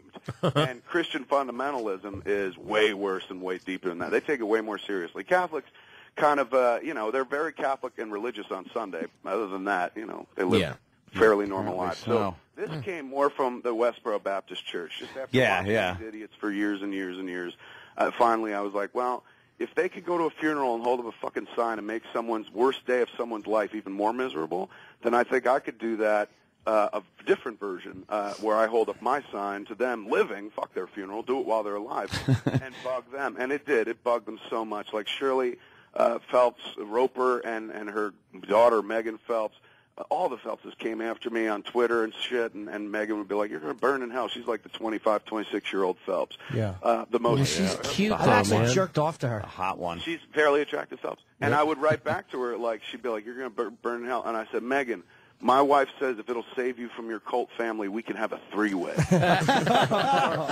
with her like that, and then her mother gets in and says, you're a pig. You're going to hell and all this stuff. And we interacted with them for, the better part of a year, because they kept coming to, like, they came to Sundance to protest the movie. Nice. When it first screened, and then when we screened at Kansas City, the Midland, they lived nearby in Topeka, they came to protest there. So the movie was kind of about them or people like them, and they fell in love with it. I call them my marketing partners because they help us out. We didn't spend any money putting the movie out, but when Phelpses show up to protest, that creates attention and stuff. So that's huge.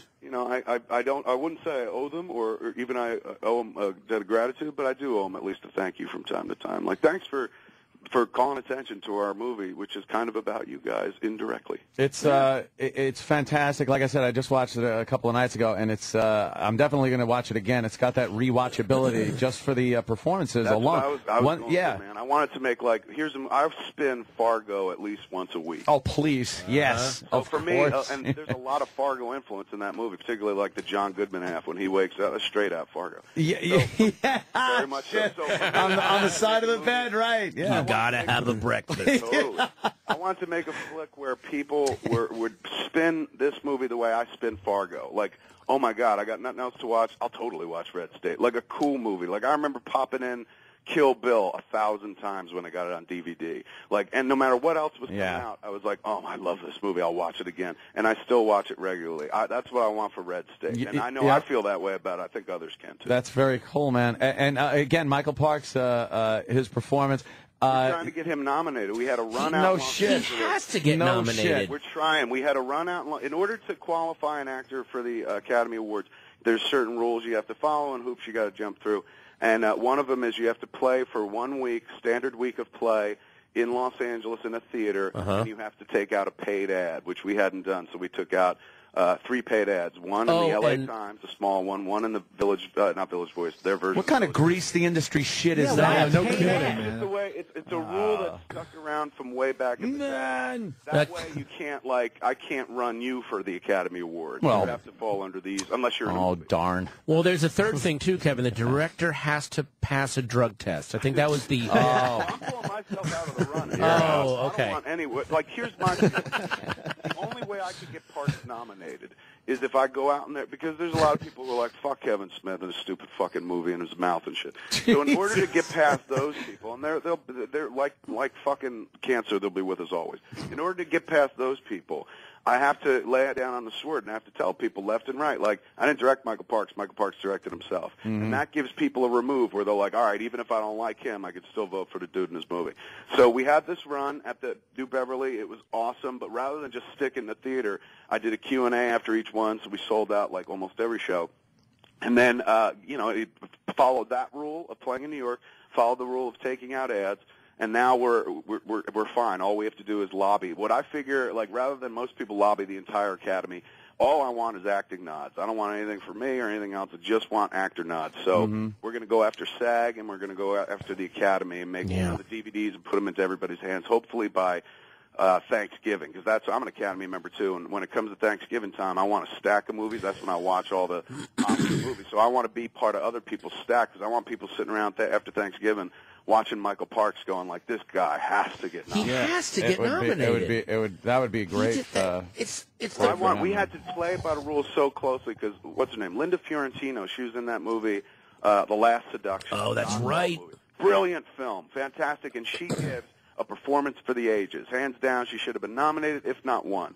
But because they played it on Showtime first, and then went to theaters, the Academy was like, well, technically it's a TV movie. Wow. Didn't that happen to Mimi Rogers with The Rapture? I think it might have. I don't know if it did or not. I don't know if they went TV first. I thought they were straight up theatrical features. But she didn't get nominated, which is another crime. Yeah, she was awesome in that. That movie is great. That movie has a lot of influence on Red State. If you know The Rapture, watch that and watch Red State, and you'll go, oh, okay. Especially there's one great scene at the end of Red State. Again, I don't want to spoil it, but if you've seen The Rapture, there's a great, brilliant nod to it. And then an even better payoff, and I'll just leave it at that. Even if you've heard of The Rapture, not the movie, just the concept of The Rapture. It's that whole scene, and the payoff was so great. It's just an actor's movie, man. You get to if you like performances, it's like porn for performance. You just sit there and watch actor after actor make unique, wonderful choices, believable choices. Like it never. Because do you notice there's no score in the movie? Since there's no score, it plays more like a docudrama. Yeah. And it feels even creepier. Like we're never telling you how to feel with the score. Like, here comes the scary and blah, blah, blah. Holy shit, I didn't even realize that. What an adult I am. When Ray is escaping, you hear a lot of like, and that's just repeated like boiler noises and stuff. They never did a score. I mean, there's needle drop in the movie where you hear like a bit of a song on a radio in the sheriff's station. You hear a song on his boombox, and Parks sings about 3 times in the movie. Yeah, and that wasn't even planned. Like he sang the first time, And I was like, oh, my God, this guy's voice is beautiful. He's had a history of, he's recorded albums. I think he's had 6 albums or something. What? Yeah, back in the day. He sang the song from Then Came Bronson. Life Yeah, he was the shit back in the Then Came Bronson days. Like, chicks fucking all over the place. And they called him the next James Dean, which he always hated because he was like, James Dean was difficult and the same reputation got laid on me. But so he sings in the movie. And he's wonderful in the movie. You know what's fucked up? Let me finish. This is awesome. Oh, fuck me. He sings this one song. I come up to him. I was like, dude, that's fantastic, man. And he's like, thank you, thank you. Next day on set, everyone's singing a song. You're walking around, you hear people going, Father Alone. And it's a church song. And you're like, what the fuck are you singing that for? They're like, Parks, man, that's beautiful. And I was like, isn't it? It's hypnotic. So I went to him again on another scene. I was like, Parks, can you sing in this scene as well? Like you're walking away with Melissa and you're comforting her, sing her a song. He goes, all right, I'll sing Golden Bells. And he just rocks this fucking church hymnal. It's beautiful. Then I come to him for a third time at one point in the movie. He's like, Parks, we could put a fucking song you could sing right here. And he goes, hold on, what is this, some sort of fucking Elvis picture? That's a good comeback. He's got a beautiful voice. And he goes, okay. And he did it again. He sings, he acts, he talks, he does it all. And those are just songs that he knew? Yeah, those are old religious standards. But I wouldn't say he necessarily knew them. Some he researched. The dude's a research freak, so he does his homework and whatnot. So he knew definitely some of them, and on others he was like, I found, like I had in the script it said, as you enter the Cooper's subterranean chapel, they're playing a mighty, a mighty fortress is our Lord, which is that the song at the beginning of Davy and Goliath. Yeah. And he came in, he was like, well, that's Lutheran. We would never sing that. So let's sing the old rugged cross instead. I said, what is it? He goes, well, it's an old gospel standard here. And he sang me a few bars. I was like, that's even better. It's creepier. Straighten your ass out. He had a head in that world of music. So for having him, it was bonus. I'm telling you, the dude paid out insane dividends. Aside from his performance, he brought us music. And the ending line in the movie, I don't want to spoil it, but that was his idea. That was him? Yeah, that was his idea. He goes, I think someone needs to say this. And he wanted it to be me, and he wanted it to be me on camera. And I was like, well, Parks, I can't do that. That'll pull everyone out of the movie. He goes, why? I was like, because they'll recognize me. He goes, from what? What an asshole. That's funny. I was like, dude, I had this whole other career back in the day.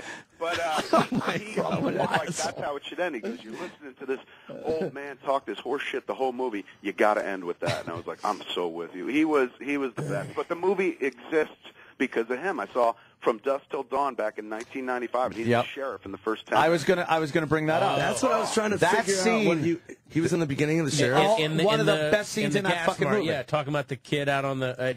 It's because he's so just standing there. I mean, it's dialogue from the movie, but he talks about the quote unquote mongoloid on the grill. Yeah, on the grill. Oh yeah. And you don't even know what the fuck's going on. It's just cool dialogue between him and the guy behind the counter until he goes to the bathroom, and then you realize, holy fuck, like they're on the brink of getting killed, and then he comes back with the same thing, like, yeah, that retard at the grill, you shouldn't even be working there.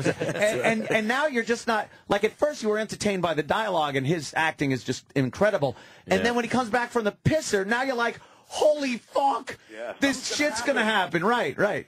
Oh, that was amazing. Dude. Aside from, like, that's a well-structured scene. Oh, amazing. In terms of suspense, intensity. But his performance stood apart from any other acting I'd ever seen in my life. And I'm a guy who appreciates acting. That's why I became a director. You like being around actors. You like the idea of somebody taking words on a page, making it seem natural. And this dude, like, as much as I'd seen people where I'm like, wow, like I worked with Alan Rickman. The dude's amazing. He makes bizarre choices that no other actor makes. Hans Gruber. Oh, totally. That's all I know.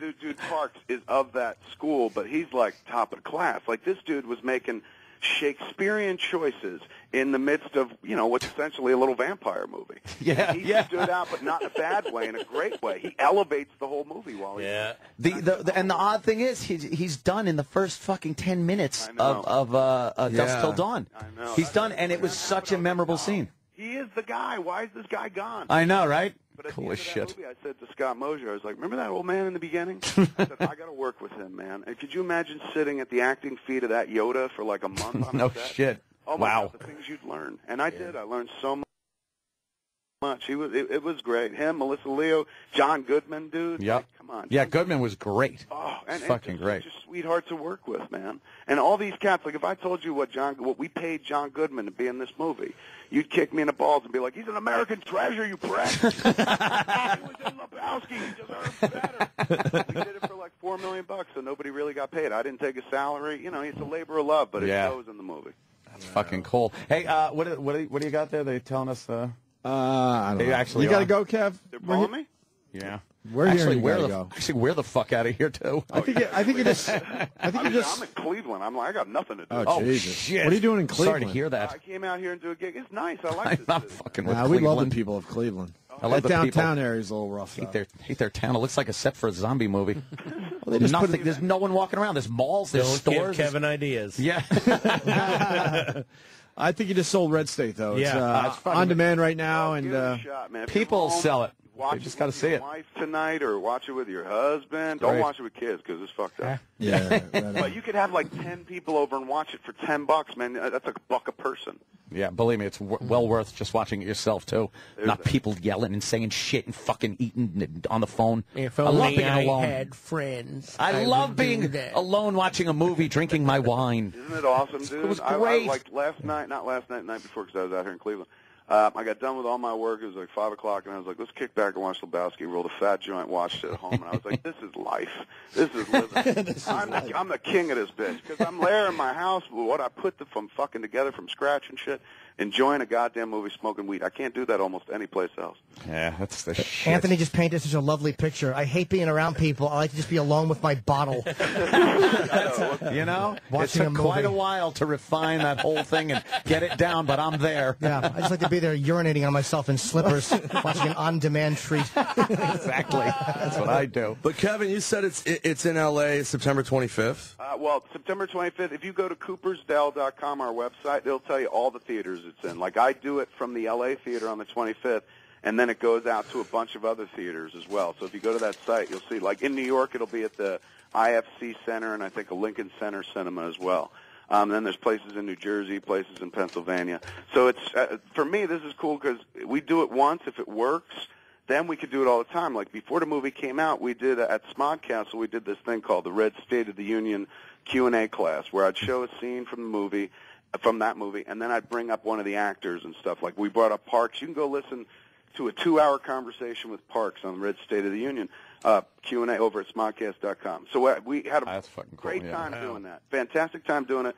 But now with this movie theater thing, if this screening on the 25th works out, once a month we could do this where it's just like we go to the New Beverly, show Red State, and then afterwards it's like, okay, for this month's Q&A, ladies and gentlemen, John Goodman. And then we sit down and talk to him for an hour and a half, and that gets streamed in the theaters. So for me, it ain't about like the movie comes out on DVD and we're done. I want to keep exhibiting the movie in theaters for 2 years. As long as I can stand by it or be with it or whatnot, I could keep monetizing it. Because most people don't pay to see a movie when it's on DVD. But if I'm like, hey, man, afterwards there's going to be a Q&A, they'll pay like $20. They'll pay a premium. He's taking you're literally taking like the technology that's available and using it. How could we not? But nobody else. But no one's really doing it yet. So it is fucked up. Here's what I thought about it. All stems from I mean, Nick isn't. He's just got a standard regular movie coming out tomorrow. That's true. With a fake cock. It's Bucky Larson, Born to be a Star. Oh, is Nick Swardson in there? Yes, Yeah, what's up, man? Nick, how are you? I'm good, buddy. How are you? Excellent. He didn't want to give you any kudos. No, I love Kevin. The whole time we're talking to you, or they're talking to you, he's just thumbs downing. We're like, but Nick. And then he made the jerking off thing, universal jerk off thing. They're joking. Totally. I wanted. They're joking. No, I didn't fucking do it. No, but I really wanted to see what Red said. I wanted to see it for a long time, and I'm really psyched to see it. So, where did you find Michael Angarano? Michael Angarano, I saw, what's his name's movie? Jared, was Hess? I fucking love that movie so much. Gentlemen Broncos. Yeah, I love that. I was watching that on a bus one day, and I was like, God, the movie's really funny and offbeat and whatnot, but Michael Angarano was just perfect. And I was like, God, he looks good. And we had to convince him a little bit because, like, Michael's older. He's like 20-something. And I'm like, dude, can you play a teenager one more time? Also, Kyle Gallner we had to convince, because Kyle had done like 3 horror movies in a row. And he's like, I don't want to become the horror movie kid. I was like, this ain't a horror movie. He's like, you said it was. I was like, well, that technically is because it's horrifying, but it's not technically horrifying. And Nick Braun, we found him in auditions as well. He was in Sky High and whatnot. He's gonna, that tall kid with the ponytail, he had the long rat tail. He's gonna play the lead and Hit Somebody. He's our lead character, Buddy McCracken. That's the hockey movie. Yeah, that little tease at the end, like the whole cast is coming back for that? Yeah, the idea of Hit Somebody is the last movie I want to direct, so I'm going to do it like a Muppet movie. Like, it's meant to be my thesis film of, like, this is everything I learned. So in terms of cast, since you follow somebody for 30 years of their life, that's a lot of life and a lot of people to put into the person's life.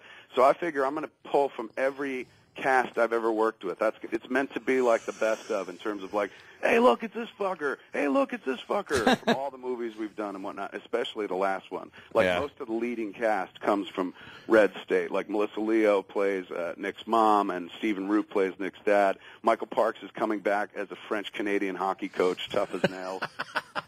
He does a beautiful French-Canadian accent because he was on Twin Peaks for a while. And so you hear his accent. That's right. Yeah, he was one of the Renault brothers. Yes! Oh, my God. So him, John Goodman's coming back. He plays Buddy's coach when he's a youth and whatnot. So I'm bringing all those cats back, and then I'm going to reach back into the other movies and pull those cats forward. Hey, you should grab some people that have done cameos, too, because they'd probably be good. Jimmy, you're in it. Jimmy doesn't believe it. Jimmy, I told people years ago that Jimmy will be in the movie. Jimmy is going to play a Glenn Hall-like goalie who constantly vomits before the game. Nice. Nice. Hey, when is that coming out, Kevin? People are asking. Which one? Hit Somebody. Hit Somebody. I just finished. It's going to be a while, right? Like I was going to make it as one movie, but the script got so long. I was like, fuck it, it's my last movie. I'm going to do whatever I want. I'm going to make it 2. I pulled a Kill Bill and split it into 2. So the first movie takes care of his youth. It covers all of his youth up until the moment he's about to step on the ice for his first pro game, and that's called Home. Well, that's the side name, Home. It's called Hit Somebody, but we're calling that one Home. The second one's called Away because it's all about his life in the hockey and professional. Cool. Kevin, I got to interrupt. We got to get Nick out of here for another interview. All right, brothers. Excellent talking to you. I'll see. I'm going to be there in October for like the New York Comic Con, and I'm doing a show at the Count Basie with Jay. Jay and Bob Get Old, so I'm going to come in and sit down with you guys if you'll have me. Yeah, cool, man. Nice. We look forward to it. Congrats on the movie, Kevin. Yes. See you soon, buddy. Congrats. I heard you coming on our show when you're done. Yes, I'm finishing up a movie here in New York, and I'm talking to Megan, and that's one of the first things I'm scheduling when I come back to L.A. I cannot wait. Beautiful. I want to pick you. I can do 2 hours on Ratatouille. Movie makes me cry. Anyone can cook, bitch. Anyone can cook. Oh, man. Forgot about that. Thanks, dude. So did I. That's delicious. I wake up with anyone could cook on my mind. That and someone please cook for me. I think Brad Bird took out the word bitch from Anyone Can Cook Bitch for the movie, but maybe we can put that in like the Blu-ray. Yes, I have one. I have an unstandard edition. Oh, man. Nick Swardson is got up. He's literally leaving. Fucking Larson, Born to be a Star in theaters Friday. No, I know you have to leave, Nick. I'm just. Bye, you guys. You're awesome. Good to see you. We'll have you back soon. Nick Swardson. Okay, cheers, guys. Kevin Smith, congrats on Red State. It's hilarious. People are going to enjoy it. Yeah, Nick's okay. Thanks, man. Bye-bye. Take it easy. And Kevin, thank you. There he goes. Did we lose Kevin, too? No, Kevin actually went, okay, take it easy. Goodbye. Oh, I didn't hear it. Let's end this. That's cool. Yeah, let's end this. We're done, Ski. My God, Patton, what a great fucking time. That was a lot of fun today. I'm sorry. I'm weirdly obsessed with Jim's movie. I am, too. It's hilarious. By the way, it would be great if there was some insane billionaire like a George Soros or a Tacky, whatever that Greek guy's name is, that just did that as like a Christmas prank. Yeah. Like did just somebody sends him you describing it and goes, I want to finance right, let's go shoot that. Let's do it. We're doing it now. And then get it. And then the first 10 minutes. Here's what I just found out. There's a lot of movies when they screen them for Cannes and Sundance. They'll just watch the first 10 minutes and go, yeah, let's put this in. So if you can keep the first 10 minutes clean, and then suddenly it's in Sundance. Leading up. And I want to have a Donald Sutherland character, like a Mr. X, on a fucking bench in D.C.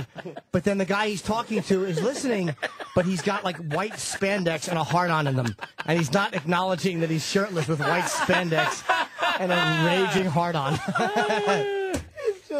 It's fucking hilarious. Truth's on your side, Bubba, and his cock like this flexes. That's all just window dressing, Mr. Garza. I'm so there. Let's plug. Hold on. Jimmy, what do you got, brother? Well, Patton Oswalt, Finest Hour is available now on Showtime On Demand. It's going to replay Friday at 9 o'clock on Showtime if you don't feel like doing On Demand. And Finest Hour, the album, will be out September the 20th. Of course, iTunes. There's a million places. Pre-order you can pre-order it now. Yeah. And at Patton Oswalt, ending in a T, not a D, on Twitter. And September 29th through October 1, I'm at the Tampa Improv. And, That's a good club. I love the Tampa Improv. That's a fun club. And my Despicable is available, whatever. Wow. Whatever. If you want, you'll get it. Jim's so proud. That's proud. And Patton, we bow to you today, man. Great radio. Guys, Thank you so much.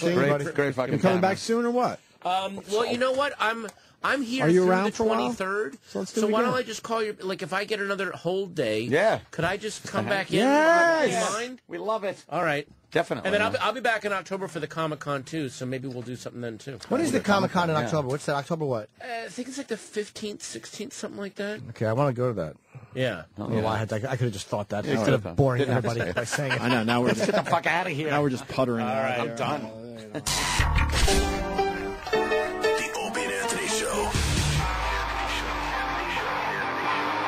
On the virus, Sirius XM.